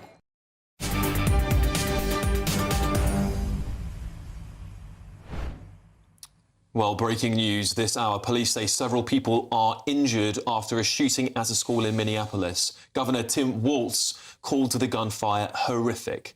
The city of Minneapolis has posted an update on social media saying the gunman has been contained, however. United States President Donald Trump says he's been fully briefed on the shooting, adding the FBI quickly responded and are on the scene. The mayor of Minneapolis will be holding a press conference within the next half an hour, and we will bring you more on this breaking story as we get it. Well, moving on, Reform UK has clarified their deportation policies. That's as leader Nigel Farage has insisted women and children are not part of the proposals. If a single woman, etc., comes to Britain, they will be detained and deported. If a woman comes with children, we'll work out the best thing to do. But the big message here is that the vast majority of those that come are young males. Yes, this comes as a spokesman for the Taliban said he's ready to work with Nigel Farage on migrant deportations. But the Reform UK leader says it's the only way to get a grip on the crisis. I don't trust them particularly, but I am deeply worried about too many Afghan males on our streets. I want the message to be sent to Afghans, you know, if you come, you're going to be detained and deported. And my priority has to be the safety of women and girls on Britain's streets, given the horrendous rape statistics for Afghan males. OK, well, joining me to talk about this is GB News senior political commentator Nigel Nelson and GB News political correspondent Catherine Forster. Nigel, I'll start with you. Look, I think we can talk all about these little bits of the policies, and I think we should. But overall, the sense to me is that this is in the direction that people want to talk about. They want to talk about how we're going to end this crisis. They want a strong deterrence. The Tories tried Rwanda. That failed. It was almost doomed to fail, at least in the long run. Is this at least not a step in the right direction? Well, I mean, I think people are frustrated that what they expected was we had Rishi Sunak stop the boats, we've had Keir Starmer smash the gangs, and people are frustrated that things seem to be just getting worse. More people are coming across the channel. What I do think we have to accept is we're not going to stop it. The best we can do is actually reduce it. So it's not a question of going in the right direction. The government's going in the right direction, but it's just not enough to actually solve the problem. So you don't think even with Reform UK's plan that it will act as a deterrence for small boat migrants? No, I don't. And people will still do it. The point about the reform policy is, are they workable? They don't appear to be, because they don't seem to be thought out. OK, Catherine, let's talk about this women and children's policy, because we've got a lot of viewers commenting, saying that we're getting this wrong, that this is actually not the case. But this line has changed quite a few times, Catherine. What is the latest on that? OK. So the latest is that Nigel Farage said this lunchtime that if a woman crosses, she will be detained and deported under a Reform government. But if she came with a child, that's obviously more complicated. They would work out what to do about that. That is a different message from the message he gave at a Scottish press conference this morning, at which he was asked if reform had a woman problem, and because there's been obviously quite a big backlash about the idea of sending Afghan women back to the Taliban. And he said, "We are not even discussing women and children at this stage." He said that that would be a long way down the line and not in this Parliament. Now he's saying something else. Yesterday, it was very clear. I was at that press conference. It all went remarkably smoothly. I think Reform would have been delighted with how it went. At no point, and there were so many questions on this, at no point did Reform say this is just a policy that applies to men. They said, if you arrive, you will be detained and deported. They were asked about women and children. Zia Yusuf said, in the case of Afghanistan, there's only about 2,000 Afghan women and children in the country out of probably 1.5 million people here illegally. This is a tiny fraction of a big problem dominated by young men coming. So, look, there has been movement on this. But, of course, Nigel Farage just said in that clip there, he's wanting a message to be sent. He's wanting a strong message to say, do not come, because if you come, we will remove you. Indeed, and Nigel, I guess the broader picture here is this really focuses on the boats, doesn't it? This is like the policy to stop the boats, so to speak. This is the one they think is going to create a deterrent, and I think they've mentioned Trump's zero illegal migrants entering America that he's claimed. Of course, Australia as well had a similar situation where they stopped the boats and got it down to zero. They're going to be stating the same. However, there is still a big problem we have in the United Kingdom where legal migrants come over here, and I think the vast majority of our asylum claims might even come from this, and their visa expires, then they claim asylum. So how do we think this policy, this mass deportations policy, may impact them? Well, I mean, if one is reading what they've said so far, it means they will be deported if their asylum claim fails. I mean, we don't know what happens to people in the interim. Again, Nigel Farage hasn't actually explained all that. The issue really about deterrent, which is obviously what he's looking for, the question is what we can do about finding some kind of system of offshore processing. At the moment, you can only claim asylum if you're on British soil or at a British border. The government are trying to change that. They went to Albania. Albania said we're not interested. And the reason being is if we start processing people in another country, we know the numbers we're talking about. No other country wants 50,000 migrants traipsing across their land. Indeed. Catherine, just briefly, because we spoke to Kemi Badenoch not that long ago, and it seems to me that they have a mass deportations policy, but no one's talking about it. Is it just simply the case that the other political parties cannot break through with the noise?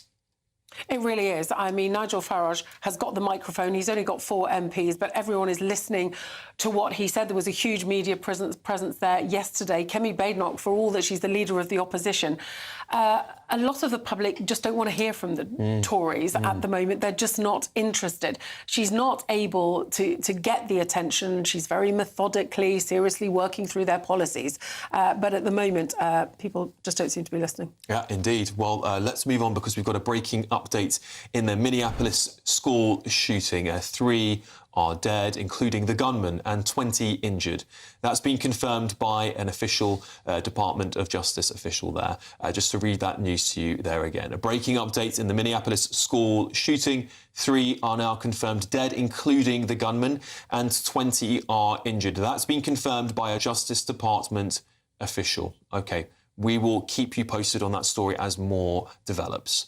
OK, let's get the thoughts now of former Chief of Staff of the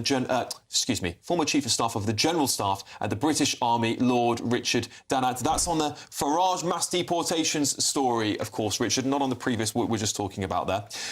Richard, what do you make of Reform UK's mass deportations plan? I mean, it's got the whole country talking. It's all we're talking about, in politics today. It's all the questions that are being posed to Keir Starmer. It's all the questions that are being posed to Kemi Badenoch. So does it matter, really, what anyone else thinks? Because they seem to be controlling the narrative anyway. Well, I think you're absolutely right. It doesn't take the brains of anyone to work out that the issue that's most concerning the general public at the present moment is the issue of migration. And Nigel Farage, in Slumlord Trump-like way has put some pretty radical policies out on the table. And of course, it's the most radical end of those policies that are attracting the attention. Will we or will we not deport people to Afghanistan? Will we or will we not have a conversation with the Taliban? And of course, that's what actually is focusing people's minds. But the majority of what he is saying, I think a large number of people in this country would agree with, that more has got to be done to control the illegal migration into this country, to get the numbers down, yes, the numbers who are coming across in small boats, and to settle this issue, which is causing a lot of angst up and down the country, of single men being held in hotels. There's a whole range of issues there. And Nigel Farage is in opposition, so he's not calling the shots at the present moment. But the luxury that he has in being in opposition is that he can put pressure on the government, putting pressure on the government and on the official opposition, and making them up their game and thinking and working even harder how they're going to address the issues. And Richard, you know, as an ex-military person yourself, how do you feel about a potential British government negotiating with the Taliban? Well, it's a question I thought you'd ask me, and it's a complex one. The great tragedy of our 20-year engagement up to 2014, when combat operations stopped, and 2021, when we left Kabul in some form of panic, quite unnecessarily in many people's view, is that the good work that was built up over 20 years within Afghan civil society was undone at a stroke, undone by the return of the Taliban. Now, we know that the Taliban have got a dreadful human rights record, and quite rightly, decent governments don't want to talk to them. But there is a thought that if we are going to consider sending failed asylum seekers from Afghanistan back to Afghanistan, there's got to be some form of dialogue with the Taliban, and maybe some form of dialogue over time, not overnight, but over time, might lead to a change in their attitude, maybe an improvement in their human rights record. Now, some will think that's wishful thinking, but they are pretty much on their own, even amongst the fundamental Islamist communities across the world, and that if more pressure could be brought on them, I think many of us who invested time, energy and blood in the Afghanistan campaign would love to see some measures of improvement in the life for everyday Afghans, and there's a lot of them who supported us, backed us, and frankly are just tolerating the Taliban. Indeed. Well, it's former Chief of the General Staff of the British Army, Lord Richard Donat. Thank you very much for giving me your thoughts on that matter there. And for more reaction, I can now speak to former British Army Officer Major General Chip Chapman. Chip, thank you so much for joining me as ever. You just heard our previous guest there, Lord Richard Donat, saying he's not too opposed to it, but obviously does see the concerns some may have. Do you have any concerns over a British government negotiating with what I would describe as a terrorist government? Well, I would, and I think the international community would. So you're really talking about the Taliban 2.0 and the Taliban 1.0. Only 3 countries in the world recognise that. That was the UAE, Saudi Arabia and Pakistan. So in the international community, there is almost no country which recognises the Taliban as a legitimate government of Afghanistan. So you would be an outlier if you even tried to do that. And the general position of both the UK, the US, all of Europe, is that they will not be recognised unless they abide by international norms. That's essentially human rights, especially their views on women and girls. And that's why I think Nigel Farage has had to hit the clarification, Clarkson, their protection of ethnic and religious minorities, an inclusive government. And this, in a way, smacks of the sort of something must be done policy. So I think he'd have to get his ducks in a row with America and Europe if he were to do this. Just to briefly stick on this for a second, because of course Germany are deporting some of their illegal Afghan migrants back to Afghanistan, but they're using Qatar as an intermediary there to achieve that. Is that something that we could explore? I'm not suggesting this is reform policy, but it's something perhaps if they were in government they could explore. And of course, Sir Keir Starmer, the Prime Minister, has indicated he also wants a returns deal with Afghanistan and places like Eritrea. So is this something the government could also look to leverage? Well, it could. We engage pragmatically with the Taliban through the UK mission to Afghanistan, which actually is in Doha. That's the same as the US and the EU, which includes Germany. So that could be your first leverage. But I don't think we'd be an outlier. Now, interestingly, 4 years ago, when we were withdrawing from Afghanistan, I came on with Nigel who asked me one question: should we use the Taliban as an ally against ISK, Islamic State Khorasan? I gave him 3 answers at the time: not yet, don't need to, might need to. That was on the notion that the Taliban were global caliphs, international jihadists. They're not. They're pragmatic nationalists, but they're a very nasty, pragmatic Islamist, Daubnist nationalists. For all those reasons about how they treat people, and they're not inclusive. That's why the international community is not dealing with them. Indeed. Well, that's former British Army Officer Major General Chip Chapman. Thank you very much for joining me. Well, moving on, plans for French police to intercept migrant boats at sea are, for the first time, reportedly in jeopardy due to the potential collapse of France's government. Well, Mark White, our GB News Home and Security Editor, is joining me now. Mark, this is quite bad news for Sir Keir Starmer and the British government. At least the bare minimum is bad news, because we've obviously seen one French government collapse already back in December.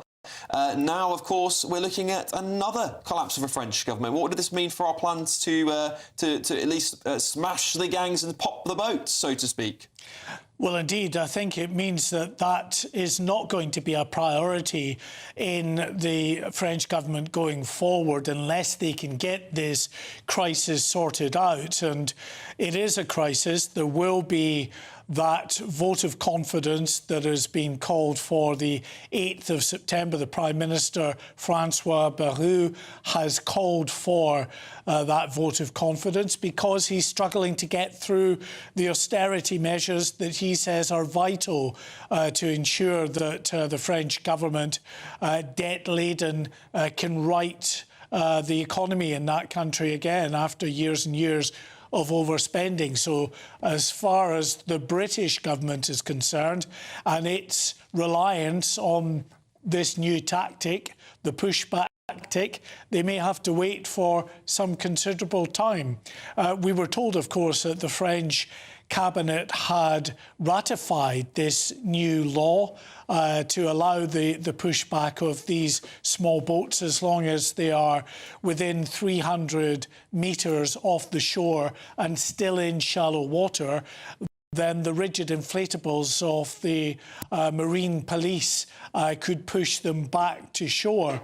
However, since then, it seems that the lawyers have got involved. The lawyers in France, as problematic, it seems, as the lawyers here in the UK in terms of government advice, telling the French government that they believe that that maritime policy might not be lawful, that under maritime law it's certainly lawful to push a vessel back for rescue purposes, but not necessarily for law enforcement purposes. So they're trying to get to the bottom of that and resolve it. But as I say, it's not going to be a priority in a cabinet that, if the vote goes against the current government, they will just be a caretaker cabinet until Emmanuel Macron can then appoint his 7th Prime Minister. Indeed. Quite worrying stuff for Keir Starmer. Just very briefly, Mark, what would this mean for the one-in, one-out, the so-called one-in, one-out deal? Would that also, would that be affected too? Well, thankfully, we're told that the one-in, one-out deal, that's nothing of the sort. It's not one-in, one-out. I keep saying this, but no one's listening. It's, you know, one in or many in and one out. Or the actual figures are about 100 who've been earmarked for travelling back at some point to France, being returned there, versus at the moment 3,550 plus who have come in that time. So the odds of actually you being returned are very, very limited. But that deal, partial returns deal, such as it is, we're told is safe because that's a deal that has been ratified by the French president himself. OK, well, that's very interesting stuff there. Mark White, thank you so much for joining me. Well, lots more coming up on the show today, including we'll be crossing live to the press conference in Minneapolis as 3 have been announced dead in a school shooting. This is GB News, Britain's news channel.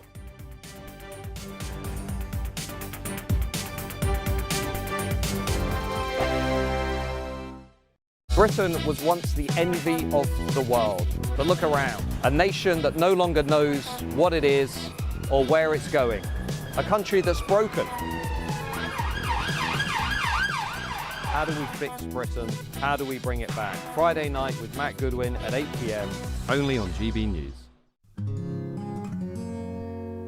At GB News, we are proud to stand for you, for the Britain you love, for the communities you live in. That's what makes us the fearless champions of Britain, its voices and its values. Because we, at GB News, the People's Channel, Britain's news channel.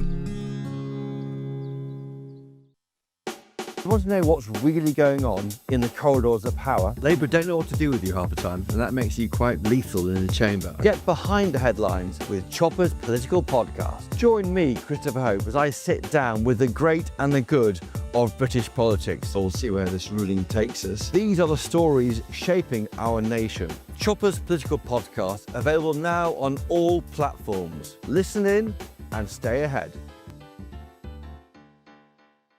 At GB News, we love to hear from you, our loyal community. So drop us a line at gbnews.com/yoursay. There you can talk to each other and also to the presenters live on air. gbnews.com/yoursay, because GB News is your channel, Britain's news channel.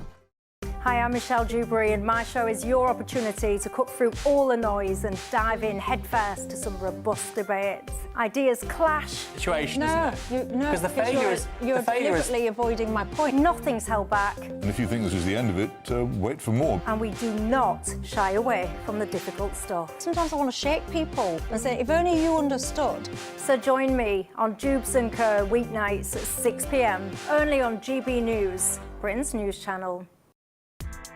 Join me, Nana Akwe, for an informative, interactive news programme with a difference. It's fun. No, you didn't say that, Dave. I'm so surprised. I think there's an element of truth to that. Join me from 3 p.m. every weekend, only on GB News, Britain's news channel. Westminster's full of talk, but out here, it's the real world. Am I allowed to talk now? No, that's it. This is where it matters, real people and real lives. That's what politics is all about. In fact, has Trump made a good start? No. Straight answers, no spin, and just a couple of pints. How many fingers have I got up? About 10. So join me for Lee Anderson's Real World every Friday at 7 p.m, only on GB News. The People's Channel, Britain's news channel.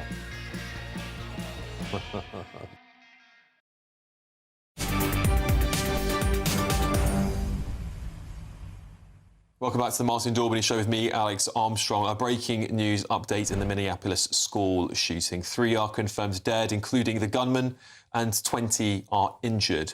That's been confirmed by a Justice Department official, of course. We're expecting a press conference within the next half an hour, and we will, of course, go live as soon as we have more. Moving on, the energy regulator, Ofgem, has announced the price cap will rise by 2% from this October. This means a rise of around £2.93 per month for the average household. Here's how Energy Minister Michael Shanks responded to the news. Any rise in prices is obviously a concern for households and for businesses, but the truth is that the price of gas is still 75% higher than it was before the invasion of Ukraine, and we're still paying the price for that. That's the fossil fuel penalty of us being tied as a country far too closely to gas prices, and that's why as a government we're driving forward as fast as possible to remove that volatility of gas and to deliver clean, homegrown, secure power that will bring down bills but also make sure that we're delivering on our energy security. Well, for more reaction to this, I'm now joined by GB News viewer Francis Moore. Francis, thank you so much for joining me today. Of course, not good news for everyone up and down the country. More energy prices rising again. What does this mean for you, Francis? Well, it's quite complex for me because I'm on pension credit. So, in essence, I should benefit from the sort of warm homes support, except I'm actually in sheltered accommodation with Wiltshire Council, and they buy on the wholesale price, business price. So we get recharged every March, April for the next year. So I don't yet quite know how it's going to work out. But what I can say to you is that what I've just heard from Michael Shanks, the supposed energy minister, was something very strange. You know, gas prices are as low as they've been in decades. We're talking about £60 per megawatt hour. Then you've got the government imposing a 25% carbon tax to take it up to £75. And then you've got all the costs of renewables in terms of subsidies. We've got a CFD auction coming up this month, September, just coming up. Ed Miliband, in order to try and get anybody to bid, has upped the strike price by 20% over current prices. I mean, the whole Labour energy policy is a total mess. Yeah, Francis, I know during the election we were pledged to have this £300 cut on our energy bills. That looks like a long way. Of course, the government would argue that it is coming, but it's going to take years in order for that to happen. They need their green policy to take off. What would you rather the government do at this point in time when it comes to energy? What would be your preference? Would you think they should drill, baby, drill like they're doing in America? Or would you think they should press harder on their net zero agenda? Scrap net zero. Straight. Yes. Francis, I agree. No ifs or buts. You know, I do look at the US a lot. The drill, baby, drill. I mean, even that's going to take time. I mean, quite interestingly, even the US is having problems in terms of financing nuclear, which I think most people think is a very sensible approach. We're nowhere near even getting to nuclear again after the Liberal Dems did such a damaging job back in the coalition with the Conservatives in banning nuclear. And you know, basically what we need is cheap energy. We're seeing deindustrialization. We're seeing, you know, energy costs that nobody should be having to pay. We should be a quarter of what we're paying to make life survivable. Absolutely. I mean, more people die from cold than they die from heat. Well, look, Francis, I think your views will be shared by many sensible people up and down the country. It's GB News here, Francis Moore. Thank you so much for joining me and giving me your take on the situation and how that's going to impact you as well. Let's bring in GB News political commentator, senior political commentator Nigel Nelson. Thank you, Nigel.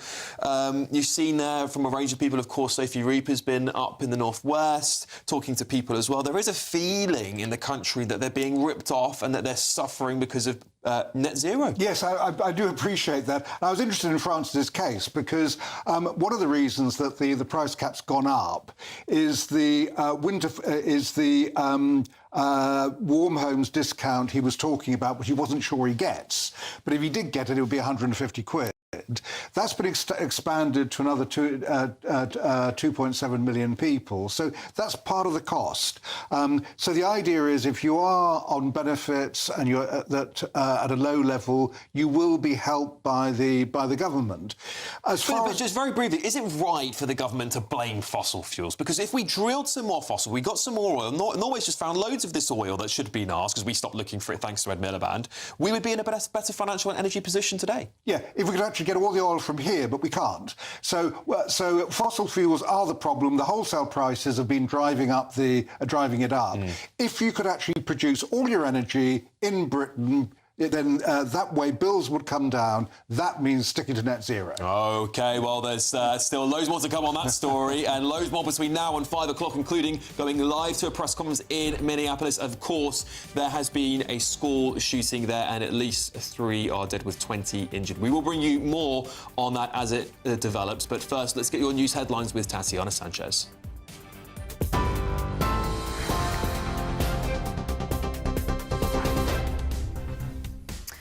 Good afternoon. The top story from the GB newsroom. 3 people are dead, including the gunman, with 20 injured following a shooting at a Catholic school in Minnesota.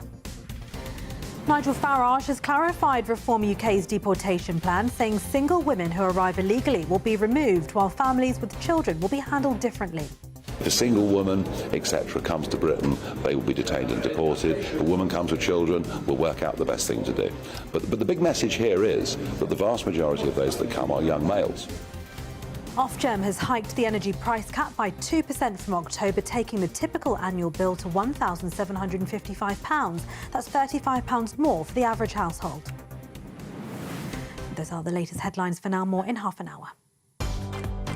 Tune into GB News Radio wherever you are. Online, on DAB digital radio, on TuneIn, on Radio Player and on your smart speaker. Just say, play GB News.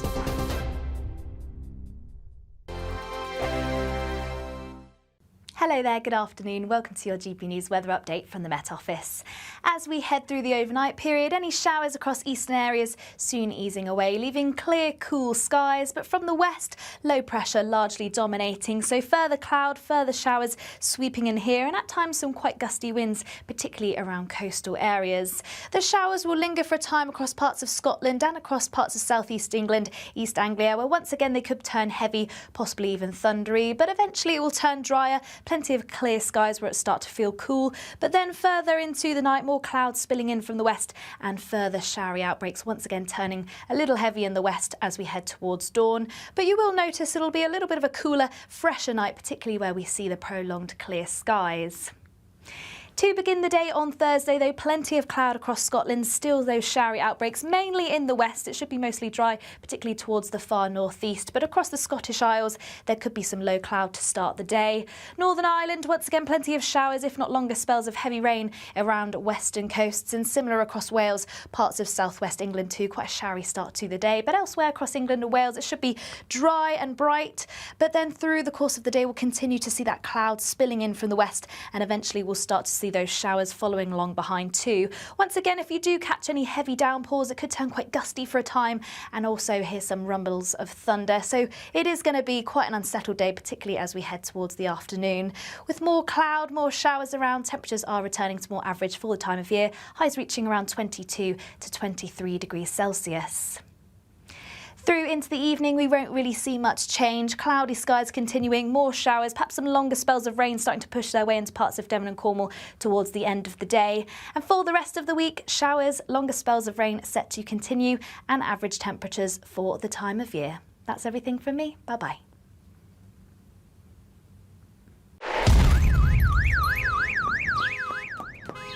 Crash Law 24 sponsors GB News Traffic and Travel Report. Good afternoon. This is the latest AI travel news from gbnews.com. Drivers in Fife should be cautious due to surface water. In Hampshire, a broken down vehicle on the M27 eastbound has closed one lane between junctions 8 and 9. In Salford, the M602 westbound faces delays due to a collision, closing 2 lanes. A southbound collision on the M1 in Rotherham between junctions 32 and 31 causes a 1-hour delay, affecting 2 of 4 lanes. The eastbound A45 near Northampton faces congestion. And on the trains, Avanti West Coast delays between Carlisle and Lancaster. For more travel news, go to gbnews.com. Crash Law 24 sponsors GB News Traffic and Travel Report.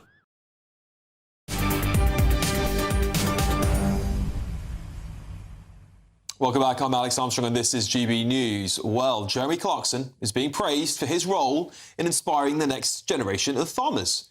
His documentary shows the ups and downs of British farm life, and now the Royal Agricultural University in Gloucestershire has credited it with a rise in applications. Good stuff, eh? We can now speak with the agriculture student at Gloucestershire's Hartpury University, Joseph Watkins. Joseph, thank you so much for joining me. What a scene you've got there. You're on a farm yourself. Clarkson's show has been heralded by so many as doing so much good for farmers up and down and agriculture in general. Do you think it's going to inspire another generation? You're a young man yourself. How has it inspired you at all? Well, yeah, it definitely has. In all fairness, it wasn't the first reason that I came into the industry, but I think for anyone watching, it's just amazing to see, isn't it? All the different steps they take, all the different revenues which they can create on farm. So I think it's really good for the public. And if it does something to help get people into the industry, I think that's an amazing thing. Agriculture has both a lack of skilled talent and just a lack of people in the industry anyway. So if someone wants to go and do a college course or university course to get into the agriculture industry because they watch Jeremy Clarkson, this old pot-bellied Top Gear man, then I think it's great. And I say that with all due respect. I love Top Gear. Yeah, absolutely. Joseph, we were talking about the ups and downs of farm life. What are the, first of all, let's start with the ups. What are the ups?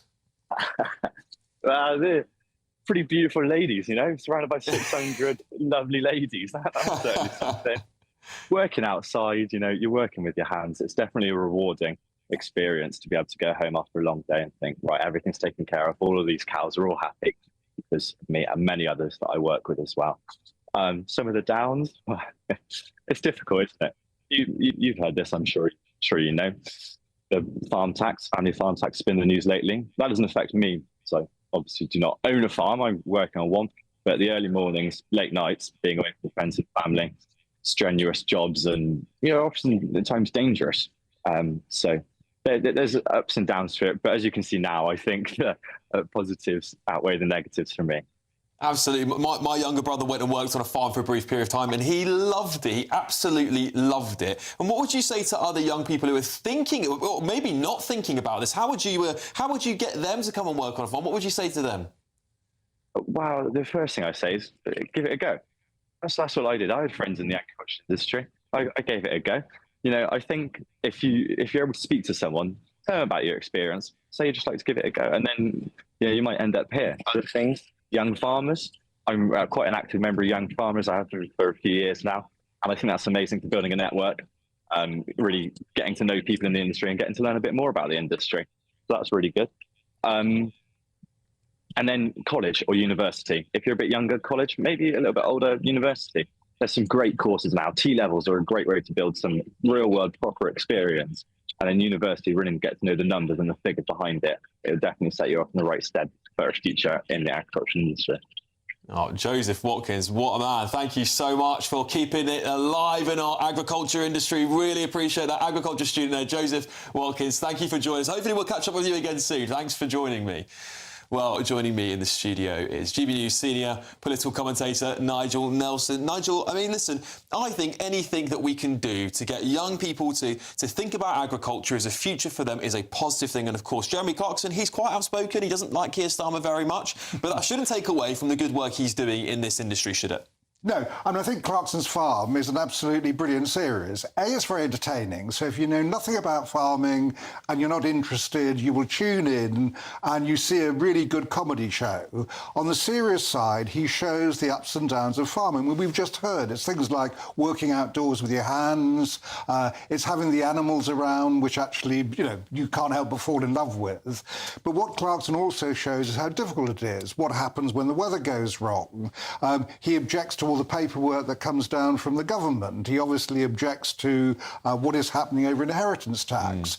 But it obviously is encouraging young people into farming. Yeah, and I think that's such a good thing because, of course, it seems like such a difficult job when you take it from the outset. And obviously, people who haven't watched Clarkson's Farm before, you'll look at the people who work on a farm and go, that seems gruelling. And you never really hear about the upsides of it, do you? So I think young people getting involved in this is absolutely critical. Now, do you think the government should be doing more on this? Because we obviously don't grow most of a lot of our food is still imported. I think it's 30-something% is imported. Do you think we need to encourage people to be getting into the agriculture industry? Well, yes, and I think that T-levels were mentioned, which is actually a very good way of doing it. Bear in mind, the whole business of education is changing. That apprenticeships now are as important, if you like, as going on to A-levels in university.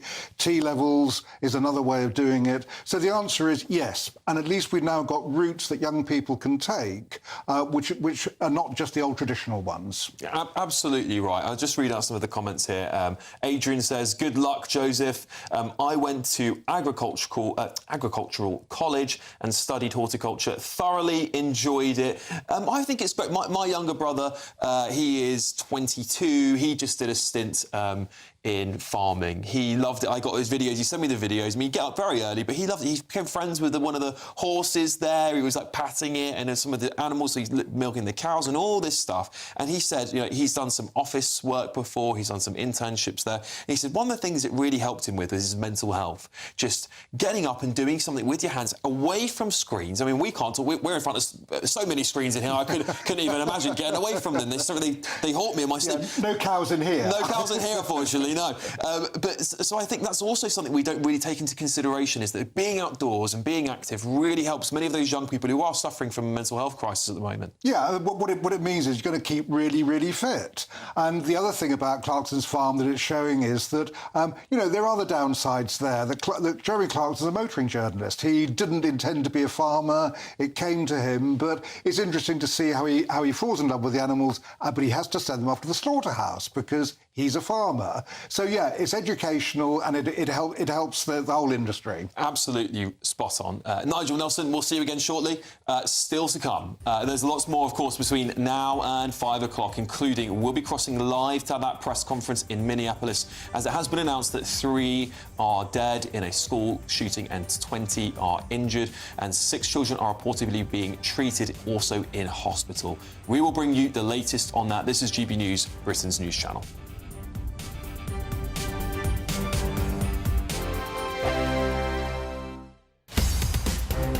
In the GB Newsroom, we bring you the news as it happens. With our team of dedicated journalists across the UK. We're ready to keep you up to date with what's happening every half an hour, every single day. Bulletins here on GB News.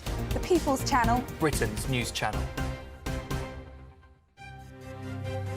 GB News Breakfast. Every day from 6 a.m. Why do you think that era of telly is so fondly remembered by viewers? Do you think it's just how warm and friendly? Well, of course, it was. Came through. Well, it was very Well, I'll tell you why. on. There was more people. You had more to say. You could be more off script, the way we are in GB News. But today, you just get people who are told because of wokeism, don't say this, don't do that, and do read the script and stick to it. So you get presenters now who have got much less personality and much less risk. Well, they're risk averse, aren't they? Yeah. That's the whole point. Is that, you know, probably nowadays I'd have been sacked within 2 months. Well, I like to think it's because we did our homework, didn't we? You know, we went on there knowing what we were talking about. And we challenged people in a friendly but firm way, you know. John, I remember presenting with you, which would never happen today. You and I presenting GMTV in the morning, right? And you would never have 2 men now. Don't ask me why. You could have 2 women doing it, but you would never have 2 men. And this man, to me, he was always the governor. It wouldn't matter if I was given, it was my role. I was beside him. That was John Stapleton. I said to him, you're the boss. You do what you do. He was the senior guy. Still respect him and look up to him. What do you think of what you see on TV today?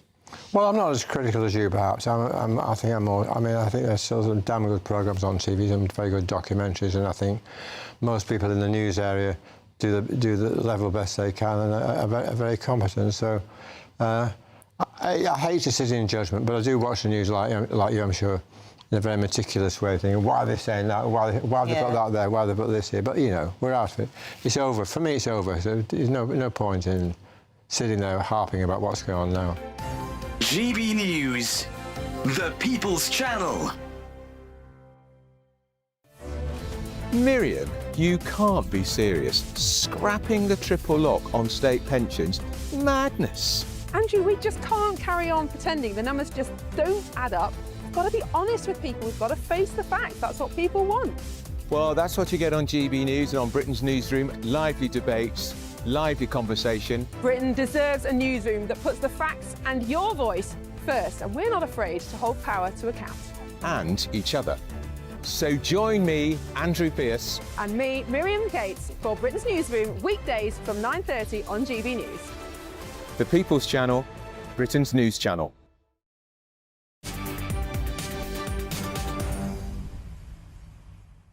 Welcome back to the Martin Daubney Show. I'm Alex Armstrong. Well, prostate cancer is expected to become the most common cancer in the United Kingdom, according to one researcher by One Cancer Voice. The warnings say more than 1 million men will be diagnosed with the disease within the next 15 years. Well, let's bring in former MP Sir Michael Fabricant, who was diagnosed with prostate cancer in 2016. Michael, just to be clear, you are cleared of cancer, is that correct?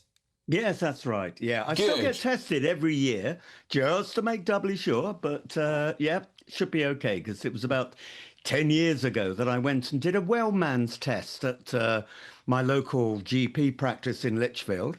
And they noticed that my PSA level was up a bit. And that's the prostate-specific antigen. But we won't go into a medical lecture, but it can be an indicator that you may have a problem.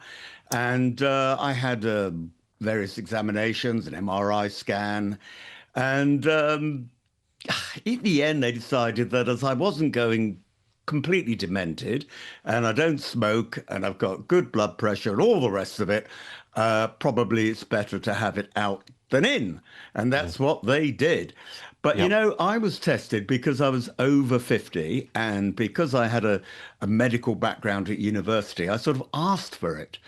But I think we should actually provide that sort of testing for all men over the age of 40. And can I just say, by the way, go on, Alex. No, please go ahead, Michael, please go ahead. I'm talking at length. But yeah, I mean, the problem is that PSA isn't always accurate. Some people get it because they ride bikes, believe it or not. You can have a high level of PSA but not have any cancer at all. And at other times you can have cancer and not have a raised level. But nevertheless, it's an indicator. And you know what? I think it's better to be sure, particularly as that research shows that that'll be the most common form of cancer over the next 15 years. Worrying stuff indeed, Michael, worrying stuff. And I did a report on GB News here not that long ago that said more men knew the names of F1 drivers than they did of the signs of prostate cancer. Is this clearly an awareness problem here at the bare minimum? What more needs to be done to educate men, to help? Because most of these cancers are beatable if we get them early. So what more does government need to do, or does the whole country need to pay attention to, perhaps? Well, it's not just this country. I mean, we learned that ex-President Biden has got stage 4. Now, that's very advanced prostate cancer. Personally, I find it amazing that any physician isn't doing PSA testing with Biden while he was president, because that's one of the things you look for with a person getting on a bit, and he is in his 80s. But yeah, it's public awareness, doing programs like this, Alex, and GB News is doing a great job by highlighting it.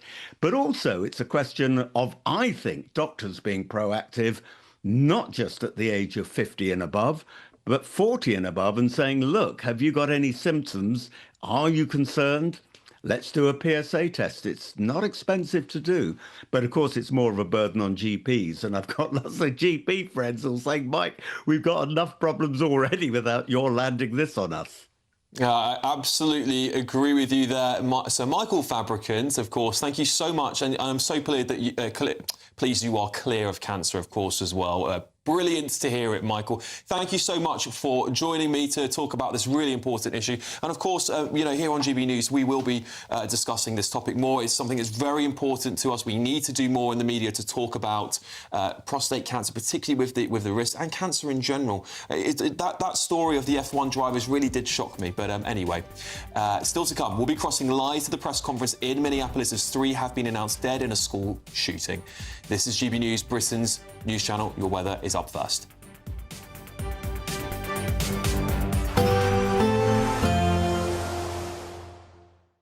Expect warm spells with the odd rude interruption.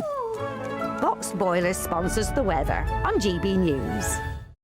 Hello there, good afternoon. Welcome to your GB News weather update from the Met Office. As we head through the overnight period, any showers across eastern areas soon easing away, leaving clear, cool skies. But from the west, low pressure largely dominating. So further cloud, further showers sweeping in here, and at times some quite gusty winds, particularly around coastal areas. The showers will linger for a time across parts of Scotland and across parts of southeast England, East Anglia, where once again they could turn heavy, possibly even thundery. But eventually it will turn drier. Plenty of clear skies where it start to feel cool, but then further into the night, more clouds spilling in from the west and further showery outbreaks, once again turning a little heavy in the west as we head towards dawn. But you will notice it'll be a little bit of a cooler, fresher night, particularly where we see the prolonged clear skies. To begin the day on Thursday, though, plenty of cloud across Scotland. Still those showery outbreaks, mainly in the west. It should be mostly dry, particularly towards the far northeast. But across the Scottish Isles, there could be some low cloud to start the day. Northern Ireland, once again, plenty of showers, if not longer spells of heavy rain around western coasts. And similar across Wales, parts of southwest England too. Quite a showery start to the day. But elsewhere across England and Wales, it should be dry and bright. But then through the course of the day, we'll continue. OK, we are going to cross live to Minneapolis, where, of course, that breaking news earlier on today, there have been 3 people announced dead at a school shooting. The tragedy or the absolute pain of this situation. We are a Minneapolis family. But to everybody out there, do not think of these as just somebody else's kids. Those families are suffering immense pain right now. Think of this as if it were your own. Every one of us needs to be wrapping our arms around these families, giving them every ounce that we can muster. These were Minneapolis families. These were American families. And the amount of pain that they are suffering right now is extraordinary. And don't just say this is about thoughts and prayers right now. These kids were literally praying. It was the first week of school. They were in a church. These are kids that should be learning with their friends. They should be playing on the playground. They should be able to go to school or church in peace without the fear or risk of violence, and their parents should have the same kind of assurance. These are the sort of basic assurances that every family should have, every step of the day, regardless of where they are in our country.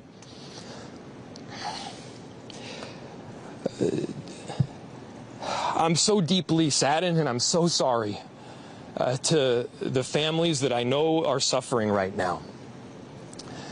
My ask is to everyone, stand by them, love them. These families have forever been changed, and we've all been changed with them. We need to do everything possible to support them through this time. We have a family resource center that has been set. I'm grateful for all of the law enforcement agencies from a number of different jurisdictions and all the different departmental support that we've received. They're going to be working tirelessly. There's also a family resource center that is being set up as we speak to make sure that we're there for everybody. Again, to the families that are suffering, to those that have experienced loss, I'm so deeply sorry. We're going to be with you every step of the way. We love you. This kind of act of evil should never happen, and it happens far too often. The chief will provide additional details. My name is Brian O'Hara, B-R-I-A-N, O''H-A-R-A. I am the Minneapolis Police Chief. Earlier today, just before 8:30 a.m., our city experienced an unthinkable tragedy. Minneapolis police officers responded to a report of a shooting at a mass that was happening at the Annunciation Roman Catholic Church on the block behind me. This worship service was marking the first week of school for children that are attending the Annunciation Catholic School.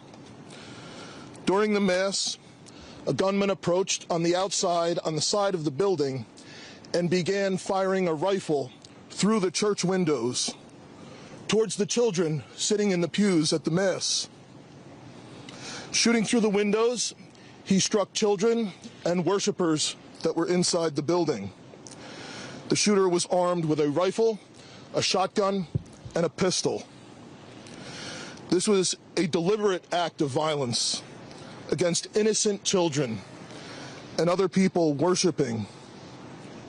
The sheer cruelty and cowardice of firing into a church full of children is absolutely incomprehensible. Police officers from the Minneapolis Police Department immediately responded, entered the church, and attempted to provide first aid and rescue some of the children that were hiding throughout the building, while other first responders came and EMS responded to rush victims to nearby hospitals. 2 young children, ages 8 and 10, were killed where they sat in the pews. Their parents have been notified. 17 other people were injured, 14 of them being children. 2 of those children are in critical condition. The coward who fired these shots ultimately took his own life in the rear of the church. Our hearts are broken for the families who have lost their children, for these young lives that are now fighting to recover, and for our entire community that has been so deeply traumatized by this senseless attack. We will stand together to protect our children, our schools, and our houses of worship. This deliberate act of violence is just a sign of cruelty that is beyond comprehension. Our hearts are broken for everyone that's been affected by this tragedy. As we begin the difficult path of healing, I want the community to know this, that even in the face of such evil, the Minneapolis Police Department and all of our law enforcement partners stand with our community. We stand with these families and with this parish. We will continue to be here for you.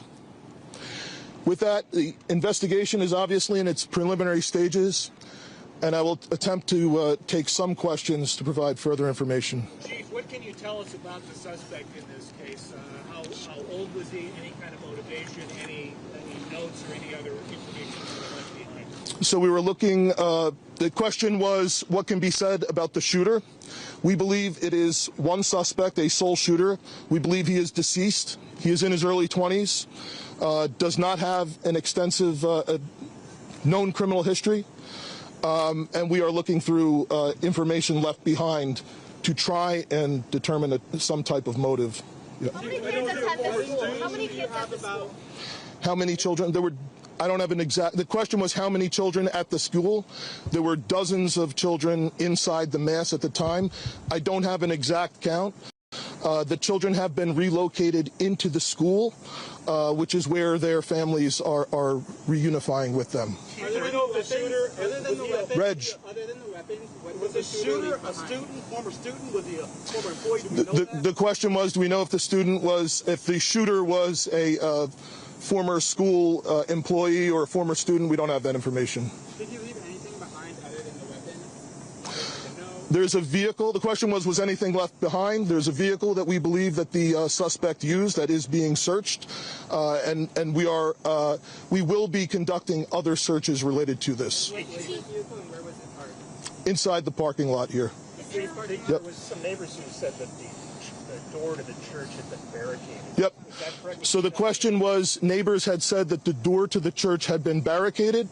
The shooter approached on one side of the church building, and on that side, at least 2 doors, it appears there had been like a 2x4 placed. So not all of the doors around the building, but on the side where the shooter did fire. And on the outside? On the outside, yes.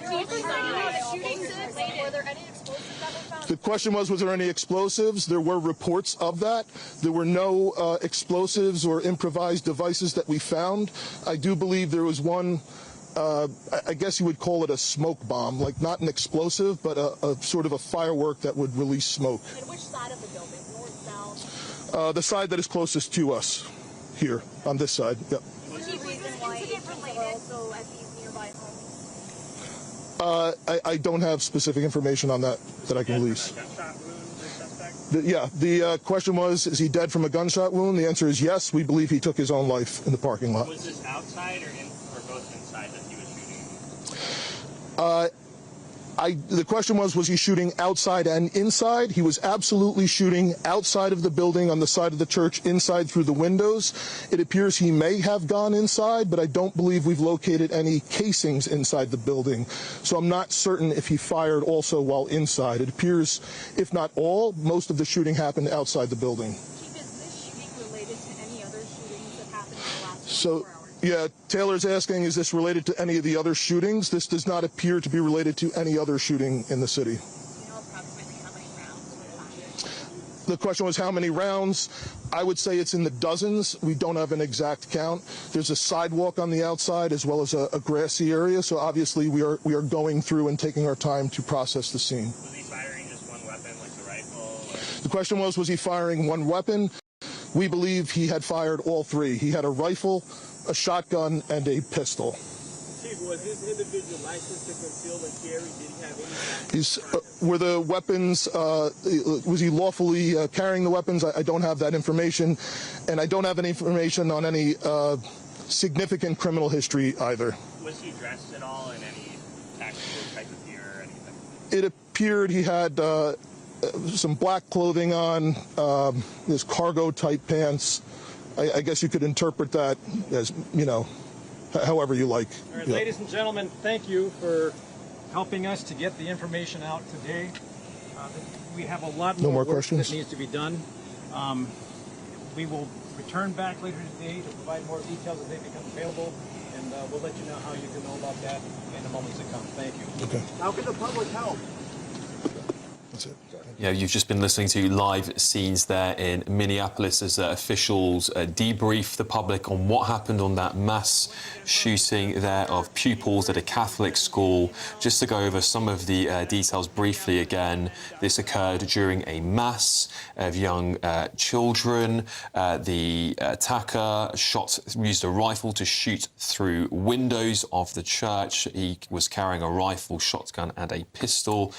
The police, of course, entered and rescued hiding children. The attacker is thought to have taken his own life in his early 20s.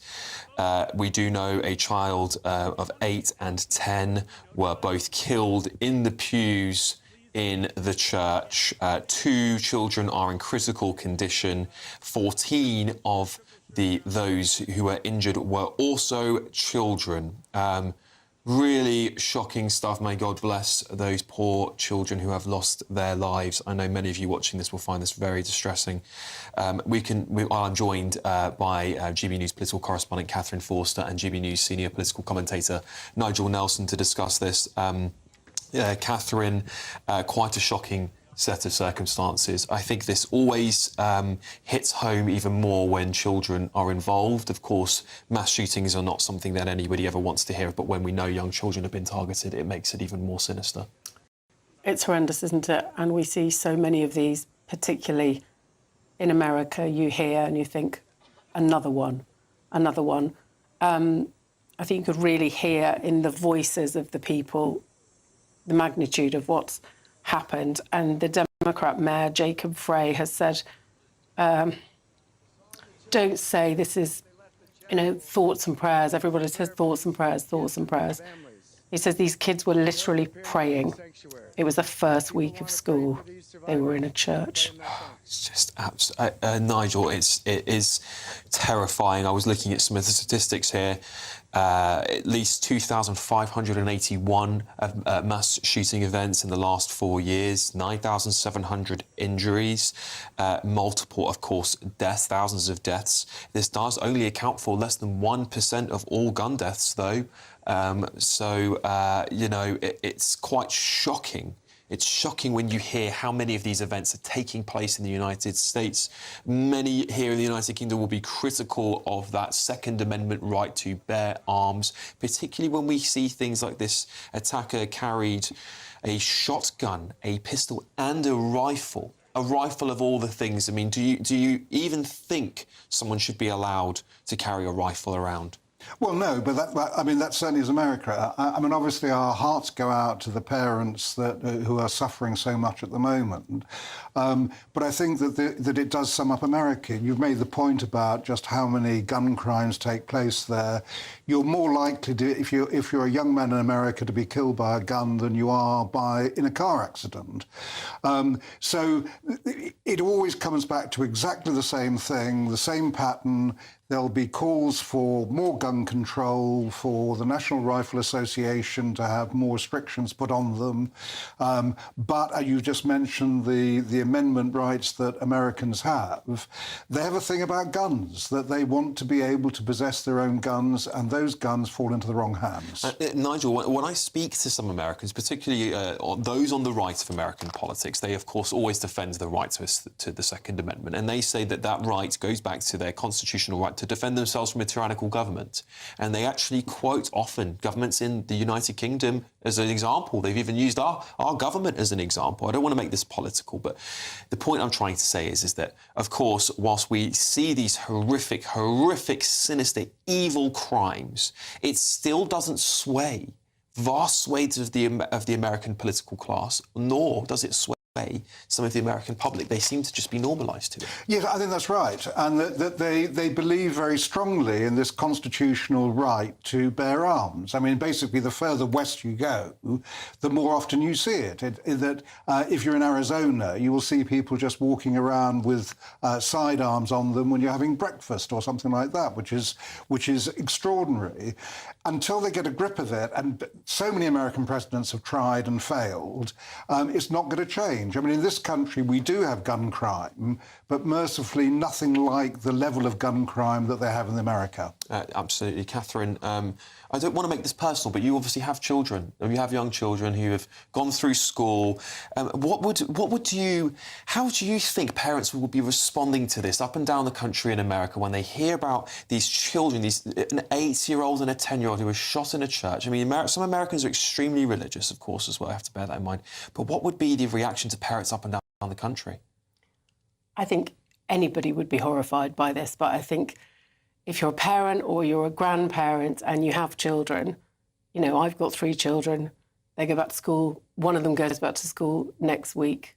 You think they're before the grace of God. And, you know, these little children, young children, just back at school, excited probably to be back at school and see their friends in a church, you know, it just doesn't get any more awful. You can't find words, really, for that, can you? Evil, I think, pure evil. Pure evil. I cannot ever imagine what must go through someone's head to ever commit such an act of atrocity. And, of course, not that there's any parallel in any way, shape or form, Nigel, but, of course, we have our own problems here in this country when it comes to things like knife crime. We've seen kids over the years stabbing each other and attacking each other, and there seems to be a situation even in this country where, unfortunately, there's a violent element of our society that it seems to be, in some cases, getting worse.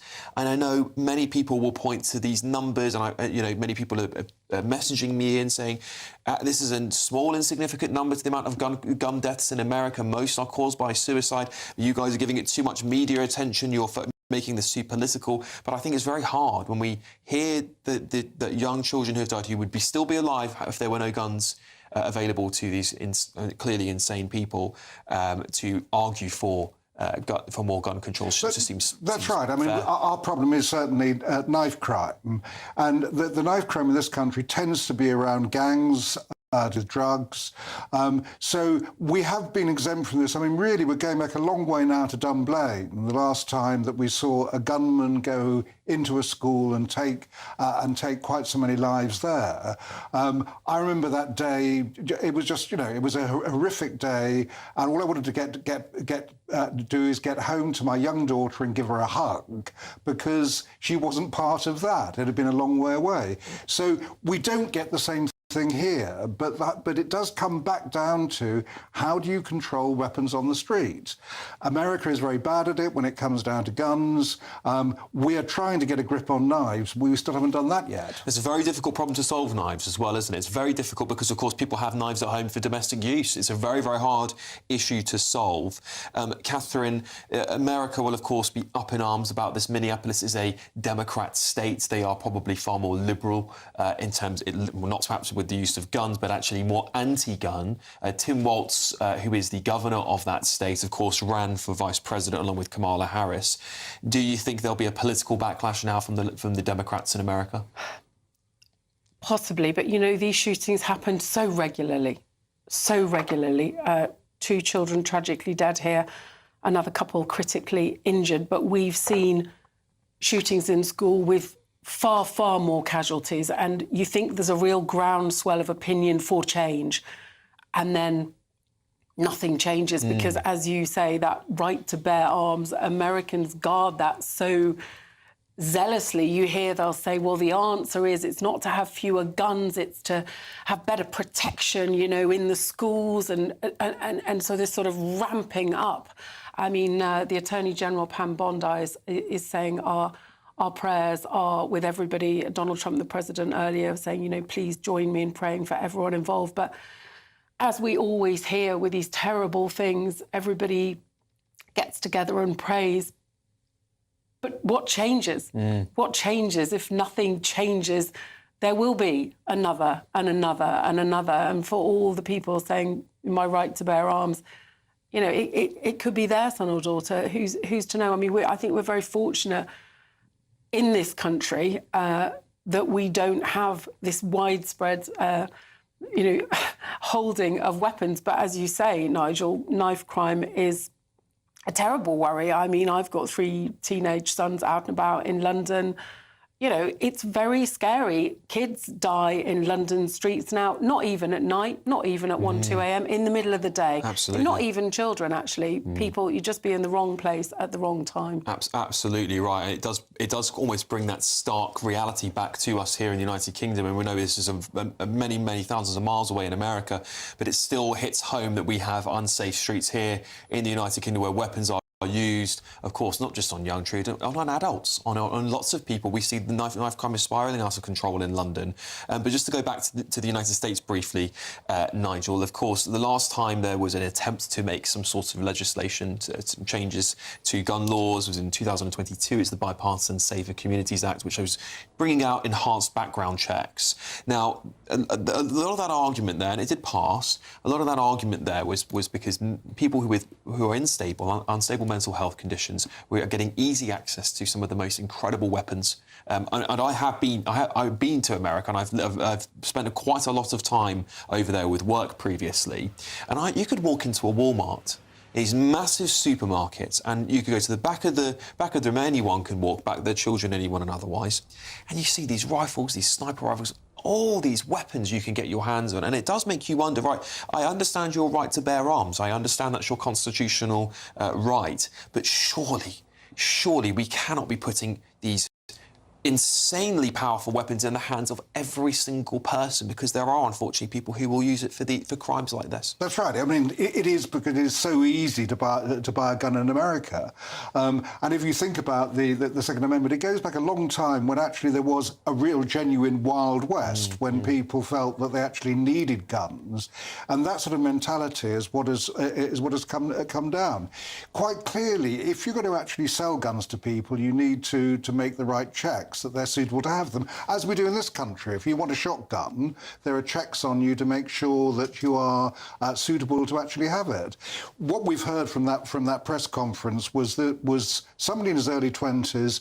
Interesting, they were talking about no significant criminal history. I don't know what significant means, whether it means that there was some criminal history, but it's things like that you need to check before you sell someone a gun. I could not agree more with you. I think, if anything, a single criminal conviction should write you off from being able to own a weapon at all.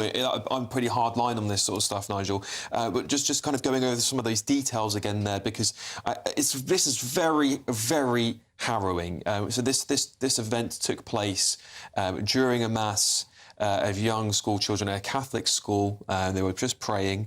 A rifle was used to shoot through the windows by the attacker. Children, of course, being targeted. 2 children, 8 and 10 years old were killed in the pews as they prayed, which I think is abysmal in itself, and that's going to outrage many in the Christian community in America. 14 children out of the 17, I believe 17 in total, 14 of them were children. 2 of them are still in critical condition. 3 in total have died. The attacker was in his early 20s, and we got a brief description that he was wearing some sort of black attire as a top with, they said combat trousers as well. He allegedly has taken his own life. That's what the police are stating in the car park nearby. That's what they have said. We don't know if the police retaliated, whether there was a showdown with the weapons. We don't know. We will, of course, find out more as this story develops. You can see here, this is clearly a community shaken to the core by this. You've got people coming up and hugging each other, and I think in these moments what you see with communities like this, these small communities, is people just going, that could have been me. I could have been sat in that church. That could have been my children, my family, and it just brings it home, doesn't it? And the parents, of course, of those 14 children in hospital who are injured must be terrified, particularly the parents of those 2 in critical condition, and I can't even fathom what the parents of the 8 and 10-year-old who were killed in the pews of that church must be thinking right now. They must be absolutely besides themselves. It's absolutely devastating. Of course, Catherine, again, we're just going back to some of those quite stark statistics on American gun crime there as well. We're talking about 37, at least in the last year, school shootings. If you're a parent in this situation, you must be terrified to send your children just to school, Catherine. What more would schools have to do to protect their children? Surely things like metal detectors going in, and even then, would you have to put armed? Do you have to? I mean, we've had conversation about arming teachers in America. We have. It's just, oh, well, there's a lot of guns out there, so let's have teachers armed, let's have metal detectors. I mean, it sounds like this gunman was not in the church where the mass was taking place, was firing through the windows. What are you suggesting that you then have to barricade the whole school area? So, you know, I just don't think that is feasible. J.D. Vance, the vice president, has also put on X, we're at the White House monitoring the situation in Minneapolis. Join all of us in praying for the victims. Of course, he is a father. He's got young children. We see them often. He's very much a family man. He and his wife. It's horrendous, but you know, you just hear it again: thoughts and prayers, thoughts and prayers. And of course, it is right that everybody should stop and pay tribute and pray to whatever God or they believe in. But at the end of the day, what follows this, what will follow this, is anything going to change from this today to make this less likely to happen tomorrow in another city in the States to somebody else's children? Indeed, Catherine, indeed. Well, while we're with this story, let's remind ourselves of what Brian O'Hara, Chief of the Minneapolis Police Department, had to say earlier. Happening at the Annunciation Roman Catholic Church on the block behind me. This worship service was marking the first week of school for children that are attending the Annunciation Catholic School. During the Mass, a gunman approached on the outside, on the side of the building, and began firing a rifle through the church windows towards the children sitting in the pews at the Mass. Shooting through the windows, he struck children and worshipers that were inside the building. The shooter was armed with a rifle, a shotgun, and a pistol. This was a deliberate act of violence against innocent children and other people worshiping. The sheer cruelty and cowardice of firing into a church full of children is absolutely incomprehensible. The police department chief there in Minneapolis, Brian O'Hara, giving his thoughts on the situation and keeping the public updated. Of course, just anyone who's just tuning in, this situation has now come to a close, so to speak. We are aware that the shooter, or at least the police have said the shooter has taken their life. I think they've used the words he multiple times. So I don't think we got a confirmation that it was a man, but I believe that might be the case, Catherine, from what we could hear there. I heard that, yes. Took his own life in his early 20s. Had 3 separate weapons. They don't seem to know of any criminal past. I imagine we will start to get more details on his background, you know, in the coming hours and the next couple of days. Whether he had any connection to the school, quite often you find that they do have a personal connection to the school. We just don't know. We just don't know at this point. But that's the difficulty, isn't it? When you have easy access to guns, then there aren't the checks and balances, there aren't the controls. It doesn't mean that if you've got no criminal record, you are not going to reach a point one day where you get up and you think, today is the day that I'm going to go and, you know, if you don't have those controls, those difficulties in accessing weapons in the first place, this leaves this sort of horror so much more open, doesn't it? It certainly does. And just when recounting some of those, the information that the police chief gave us, the first week of school, first week back at school. So this was clearly, in my strong opinion, something that the attacker had in mind.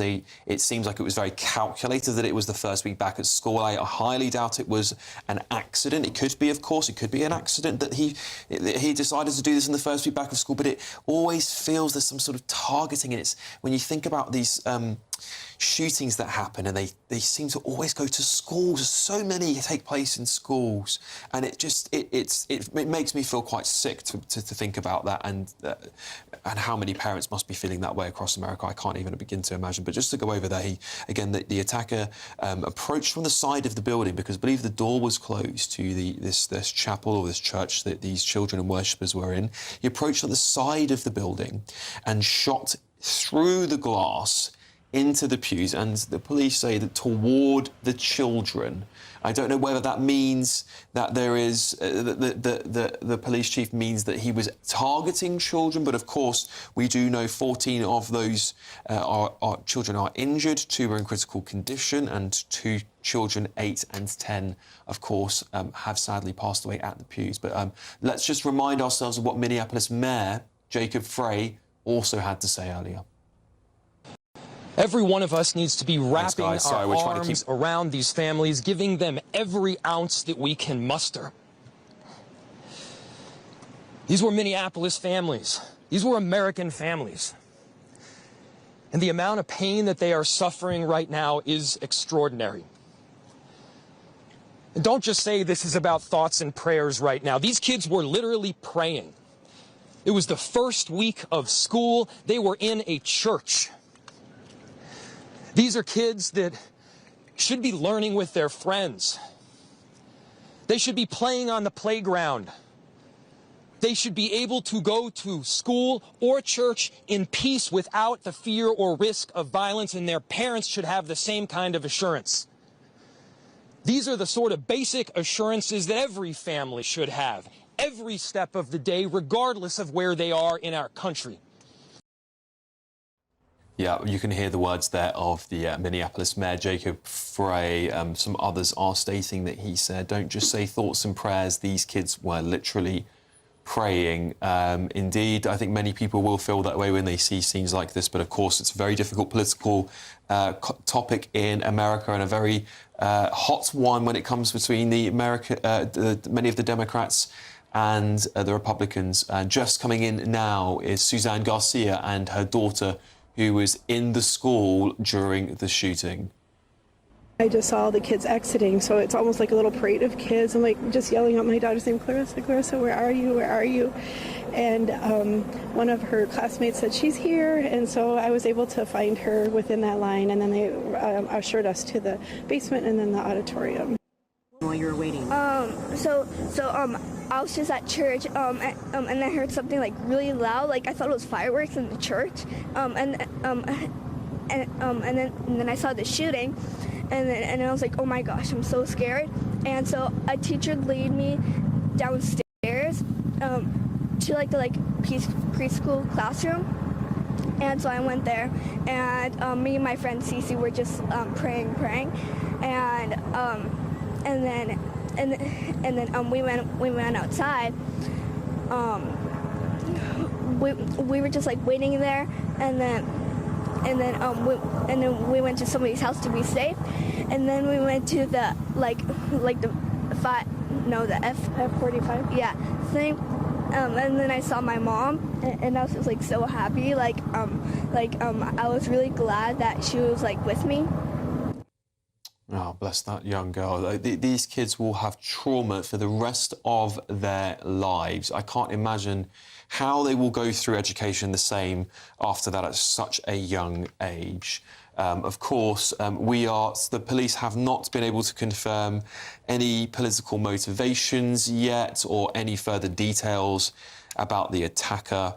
We only know the details that we have already discussed, which was that the attacker opened fire with a rifle through the windows of this church that it supposedly was aimed towards children. Police also mentioned that when they arrived at the scene that they found many children hiding and rescued them from hiding in different parts of the building.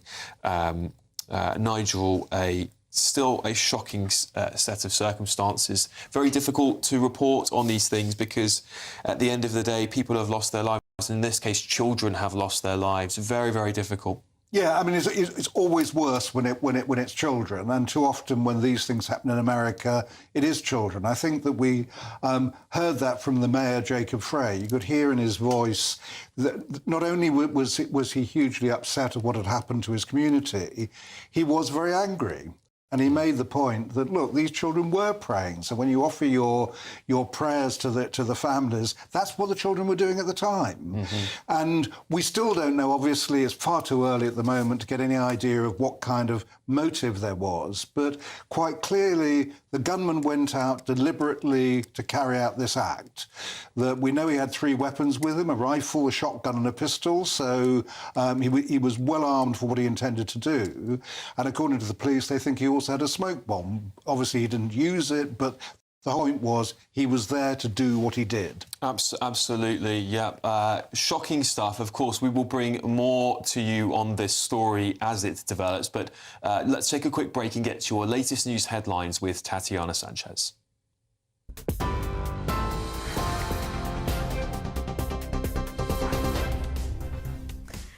Alex, thank you. The top stories. 2 children aged 8 and 10 have been killed in a shooting during a Minneapolis Catholic school mass.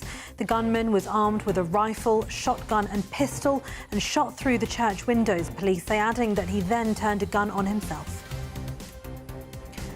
Nigel Farage has clarified Reform UK's deportation plan, saying single women who arrive illegally in the UK will be removed, while families with children will be handled differently. If a single woman, etc., comes to Britain, they will be detained and deported. If a woman comes with children, we'll work out the best thing to do. But the big message here is that the vast majority of those that come are young males. Ofgem has hiked the energy price cap by 2% from October, taking the typical annual bill to £1,755. That's £35 more for the average household. Those are the latest headlines for now. More from me at 6 o'clock. Tune into GB News Radio wherever you are, online, on DAB digital radio, on TuneIn, on Radio Player and on your smart speaker. Just say, play GB News.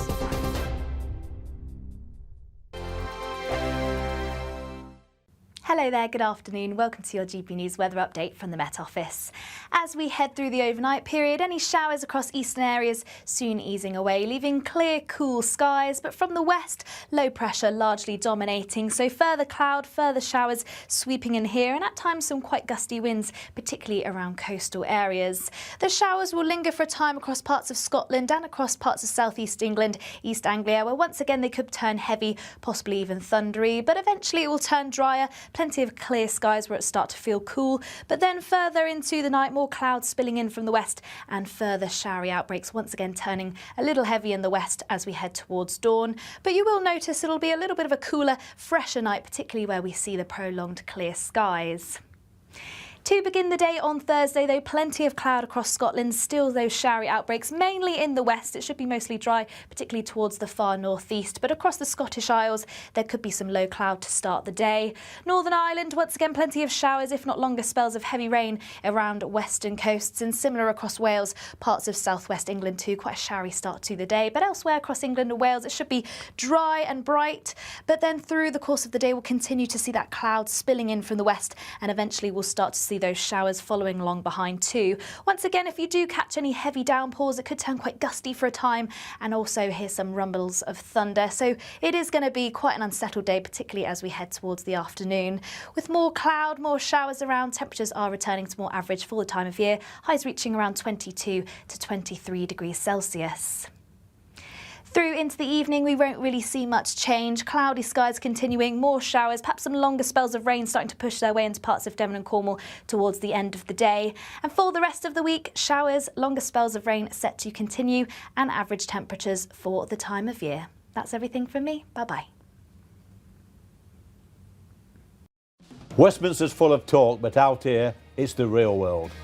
Am I allowed to talk now? No, that's it. This is where it matters, real people and real lives. That's what politics is all about. The fact has Trump made a good start? No. Straight answers, no spin, and just a couple of pints. How many fingers have I got up? About 10. So join me for Lee Anderson's Real World every Friday at 7 p.m, only on GB News. The People's Channel, Britain's news channel. You want to know what's really going on in the corridors of power? Labour don't know what to do with you half the time, and that makes you quite lethal in the chamber. Get behind the headlines with Chopper's Political Podcast. Join me, Christopher Hope, as I sit down with the great and the good of British politics. We'll see where this ruling takes us. These are the stories shaping our nation. Chopper's Political Podcast, available now on all platforms. Listen in and stay ahead.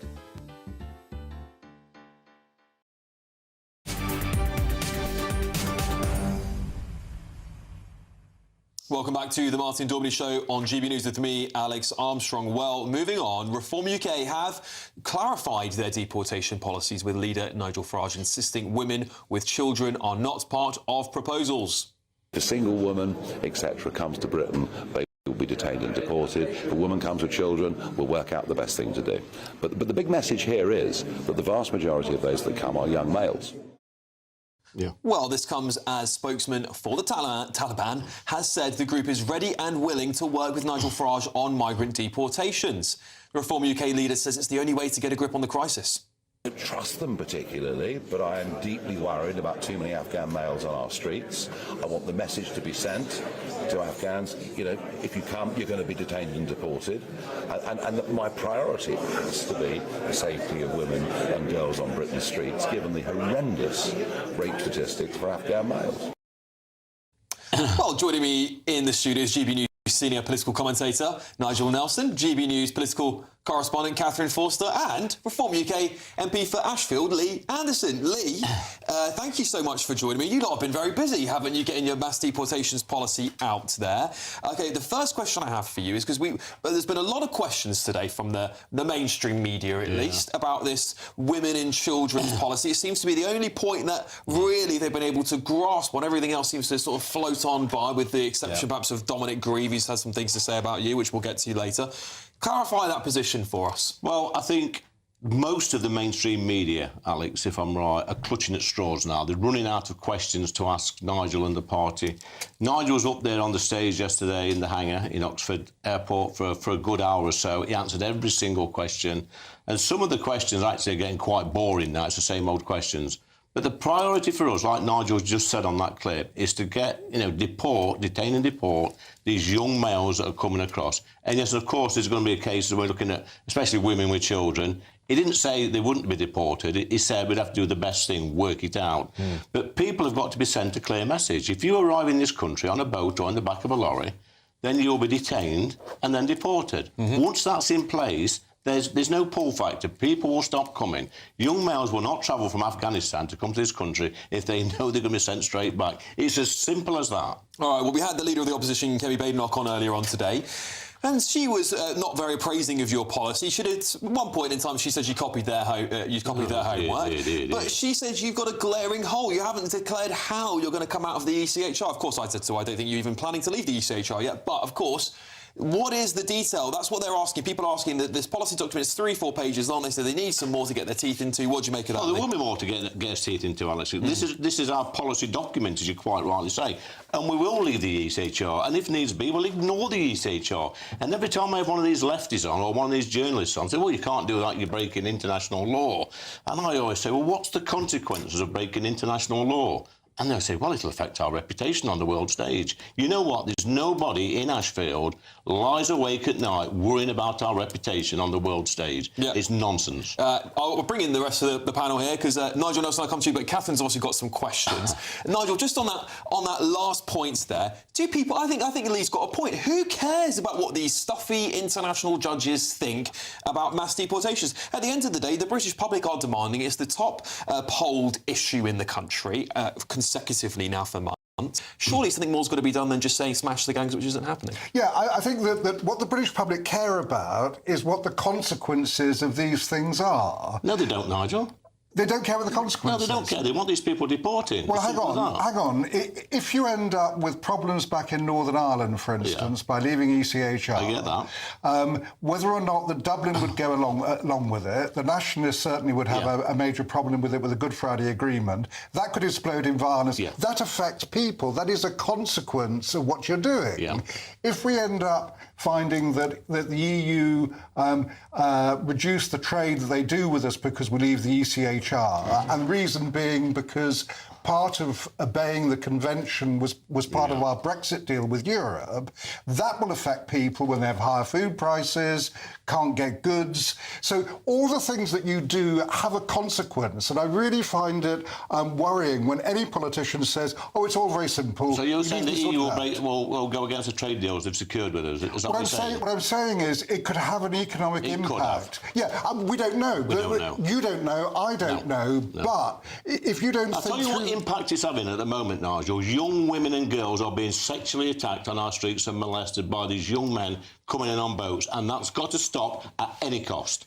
Any cost. But if you're in government, it's going to be a whole different ball game when you actually have to work out how these things should be done. All right, well, let Lee come back to that in a second. Catherine.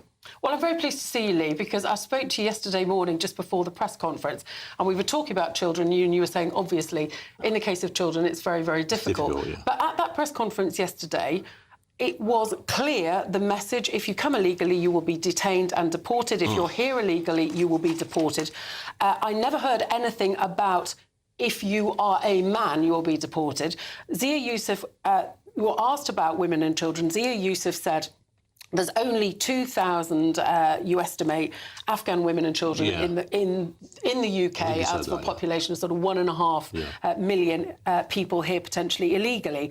Don't get bogged down in that. But what nobody did say yesterday was women would be exempt. It was clear that women would not be exempt. Nigel Farage this morning at the press conference in Scotland said, we are not even discussing women and children at this stage. He then said you would not be deporting women for at least the first 5 years of a reform government. And then half an hour later in a poll interview, he had a different line, which was that if you are a woman and you come, you will be deported. But if you are a woman with a child, that's more complicated. It is clear as mud to me, frankly. I know it's only a tiny fraction. I think you're clutching at straws, Catherine. The idea of this policy is to deport hundreds of thousands of undocumented men, overstayers, people who've come on visas, that have no right to come in this country. Yeah, but this is your biggest topic. The public are 100% behind this. Come and speak to the people in Ashfield, they're right behind this. Yes, there may be a problem with women, with children, we know that, we have to tread very carefully when we come to that issue. But the idea of this, it will become an act of parliament, strongly believe that, is to stop people coming over the channel. These are dangerous people, some of these people arriving in boats. They're going out to commit all sorts of horrific crimes. And I think it is a price worth paying. Nigel says it's not OK to break laws. I say it is. I say it's a price worth paying if it stops murderers, rapists and sexual predators coming over on the channel to attack our women on the streets. OK, well, let's move on to this other thing that the mainstream media has clutched onto, which is the Taliban. Right? Yeah. They're not happy with the idea of a UK government negotiating with the Taliban. Yeah, many are saying that. We've had some ex-military people, mostly in favour, but there are some against it. What's your position? Is this the same Taliban that we give £150 million a year to in foreign aid? I believe it is. It's the same Taliban, so we were quite happy to give them £150 million a year and nothing in return. Look, the idea of this, I keep repeating this, especially to the mainstream media, this has got to act as a deterrent. Once you start telling these Afghanis that's coming over here that you will be sent back to Afghanistan, they will stop coming. Yeah, it's as simple as that. Germany have a deportation, yes, but they've been sending some Afghans back to Afghanistan, which people said wasn't doable before.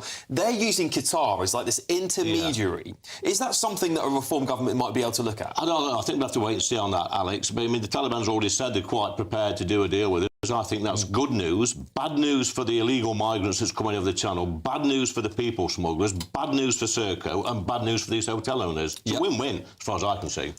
Who would be your chief negotiator? People have floated you to fly out to Afghanistan, take on the Taliban. Somebody said that to me. What's Lee Anderson going to do? What's 30p Lee going to do? I'll tell you what I'd do. I say, look, there's your 150 million quid a year, what we give you, which the British taxpayer give you. If you're not going to play ball, you're not having it. Yeah, let's talk about foreign aid, because this is an interesting one. A lot of our audience are against the idea of any foreign aid. They think we need to use that money to prioritise British people. So in this situation, would we still keep the foreign aid as leverage for to say to the Afghanistani government, the Taliban, we'll keep it if you take back these people? Yeah, I mean, it's a good deal for us. You know, at the end of the day, like I've said previously, you know, a high price is a price worth paying to keep our women and girls safe on our streets. We've seen attack after attack on streets up and down this country of ours, and a lot of it has been through these asylum seekers who are, well, the illegal migrants, let's be honest, they're posing as asylum seekers, and they are a threat to our young women and girls, and we should keep them off our streets. Indeed. Nigel, what do you make of that? Well, I mean, we go back to the practicalities of it. So when you're talking about dealing with the Taliban or Iran, I mean, Iran is another one where we have migrants from. Do you really think we can do those kind of deals with a place like Afghanistan and Iran? We try and do it all the time with foreign prisoners. Well, I'll tell you what we can do, Nigel. We can detain.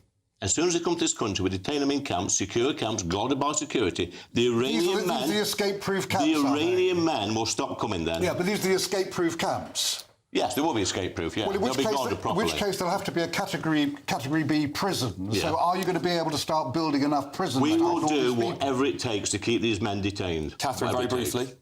So I asked Nigel Farage yesterday about the fact that last September he told GBNews that mass deportations were not politically possible, and he's had a change of heart. Now, he basically blamed Rupert Lowe. That has made that Rupert Lowe has come out listing all his grievances, and Elon Musk has retweeted and come out again and basically said that Nigel Farage will not protect Britain.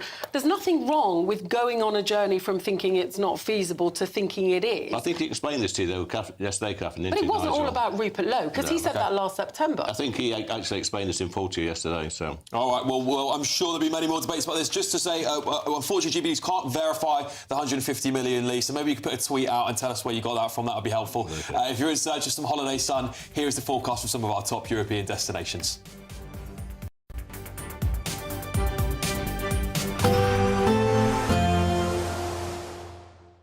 Dinner under the stars tonight? That reminds me of our travel insurance. You mean All Clear Skies? All Clear Travel Insurance sponsors GBNews Travel Destinations forecast. Northern parts of Europe are set to see widespread heavy showers. This could lead to some severe thunderstorms at times. But across Spain, Portugal, the Azores, the sunshine is here to stay. But it's really across parts of France, Germany, as we head towards Switzerland and Austria. Northern parts of Italy, we could see these quite intense showers. So thunderstorms, frequent lightning and also some large hail. But elsewhere across the Adriatic coastline, across parts of Greece, the sunshine once again here to stay, along with the warm temperatures. All Clear Travel Insurance sponsors GBNews Travel Destinations forecast. Britain was once the envy of the world. But look around. A nation that no longer knows what it is or where it's going. A country that's broken. How do we fix Britain? How do we bring it back? Friday night with Matt Goodwin at 8 p.m. Only on GB News. At GB News, we love to hear from you, our loyal community. So drop us a line at gbnews.com/yoursay. There, you can talk to each other and also to the presenters live on air. gbnews.com/yoursay, because GB News is your channel, Britain's news channel. GB News Breakfast, every day from 6 a.m. Today we have a special treat for you all because we're talking about John Stapleton. Yes. And he's reunited with his boxing partner on breakfast television. Screen wife. For the first time in 17 years. Well, we were 17 years together. We were. And then I don't know how long that we haven't actually presented it. When did the wheels come off? Nearly 10 years ago. 10 years ago. 10 years ago that the wheels came off and we went our separate ways, like sort of squeaky supermarket trolleys. Well, stayed in touch. Oh, yes, of course. We carried on with our very sober lunches. Indeed. Well, my friend, absolutely great to see you. Hi, new fella. And what's wrong with you? I've got a thing called Parkinson's disease, which is what they call a progressive illness, which is a polite way of saying it'll only get worse. But thinking positive about it, lots of people live a near normal life with Parkinson's, so I'm aiming to do the same. I'm taking the tablets, I'm doing the exercises my expert tells me I should do. I'm speaking as well as I can because I need a speech therapist to talk more slowly and more clearly. I also have difficulty swallowing, and the latest thing is I've had difficulty with my balance, hence this stick I've got by my side all the time now. So, but, you know, I'm learning to live with it, doing my best to overcome it. John, what is it? What is Parkinson's? Those are the effects it's having on you, but where's the problem? Why does it come about? It's a neurological disorder, which means your body doesn't coordinate as it used to do. It's the fastest growing neurological complaint in the world, believe it or not. We don't quite know why, possibly because more of us are living longer. But, you know, as I say, you can live a near normal life with it, and so if you behave yourself, which I'm attempting to do. GB News, the People's Channel. Join me, Nana Akwe, for an informative, interactive news programme with a difference. It's fun. No, he didn't say that, Dave. I'm so surprised. I think there's an element of truth to that. Join me from 3 p.m. every weekend, only on GB News, Britain's news channel.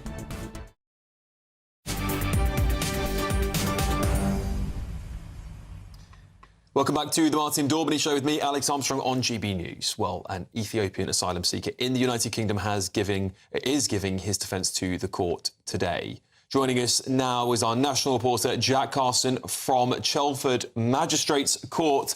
Jack, bring us up to date on the latest.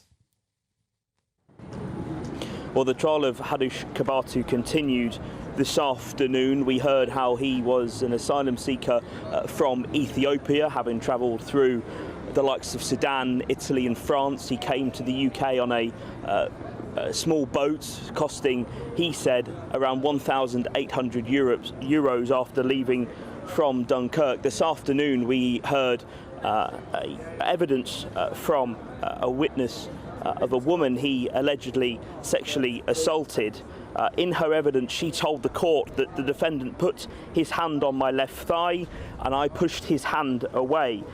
She alleged that she felt shocked and uncomfortable when the man touched her leg.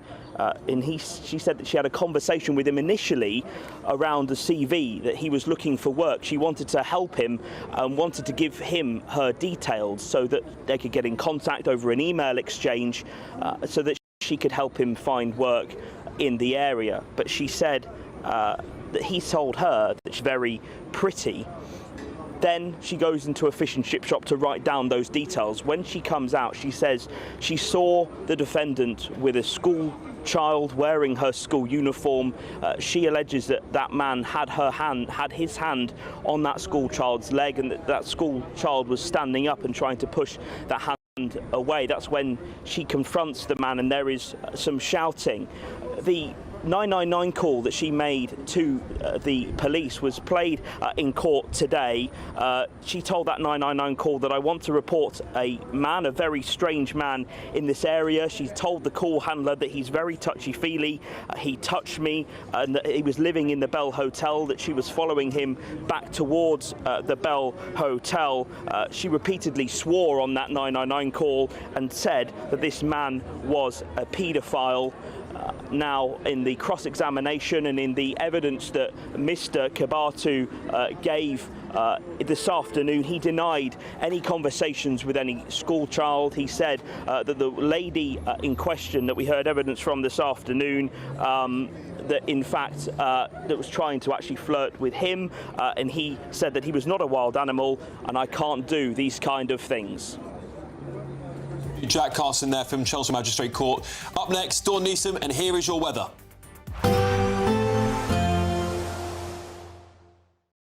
Today, clouds overhead, total zen within. Boxed Solar sponsors the weather on GB News. Hello there, good afternoon. Welcome to your GB News weather update from the Met Office. As we head through the overnight period, any showers across eastern areas soon easing away, leaving clear, cool skies. But from the west, low pressure largely dominating, so further cloud, further showers sweeping in here, and at times some quite gusty winds, particularly around coastal areas. The showers will linger for a time across parts of Scotland and across parts of southeast England, East Anglia, where once again they could turn heavy, possibly even thundery, but eventually it will turn drier, plenty of clear skies where it start to feel cool, but then further into the night, more clouds spilling in from the west and further showery outbreaks, once again turning a little heavy in the west as we head towards dawn. But you will notice it'll be a little bit of a cooler, fresher night, particularly where we see the prolonged clear skies. To begin the day on Thursday, though, plenty of cloud across Scotland, still those showery outbreaks, mainly in the west. It should be mostly dry, particularly towards the far northeast, but across the Scottish Isles, there could be some low cloud to start the day. Northern Ireland, once again, plenty of showers, if not longer spells of heavy rain around western coasts, and similar across Wales, parts of southwest England too, quite a showery start to the day. But elsewhere across England and Wales, it should be dry and bright, but then through the course of the day we'll continue to see that cloud spilling in from the west, and eventually we'll start to see those showers following along behind too. Once again, if you do catch any heavy downpours, it could turn quite gusty for a time and also hear some rumbles of thunder. So it is going to be quite an unsettled day, particularly as we head towards the afternoon. With more cloud, more showers around, temperatures are returning to more average for the time of year, highs reaching around 22 to 23 degrees Celsius. Through into the evening, we won't really see much change. Cloudy skies continuing, more showers, perhaps some longer spells of rain starting to push their way into parts of Devon and Cornwall towards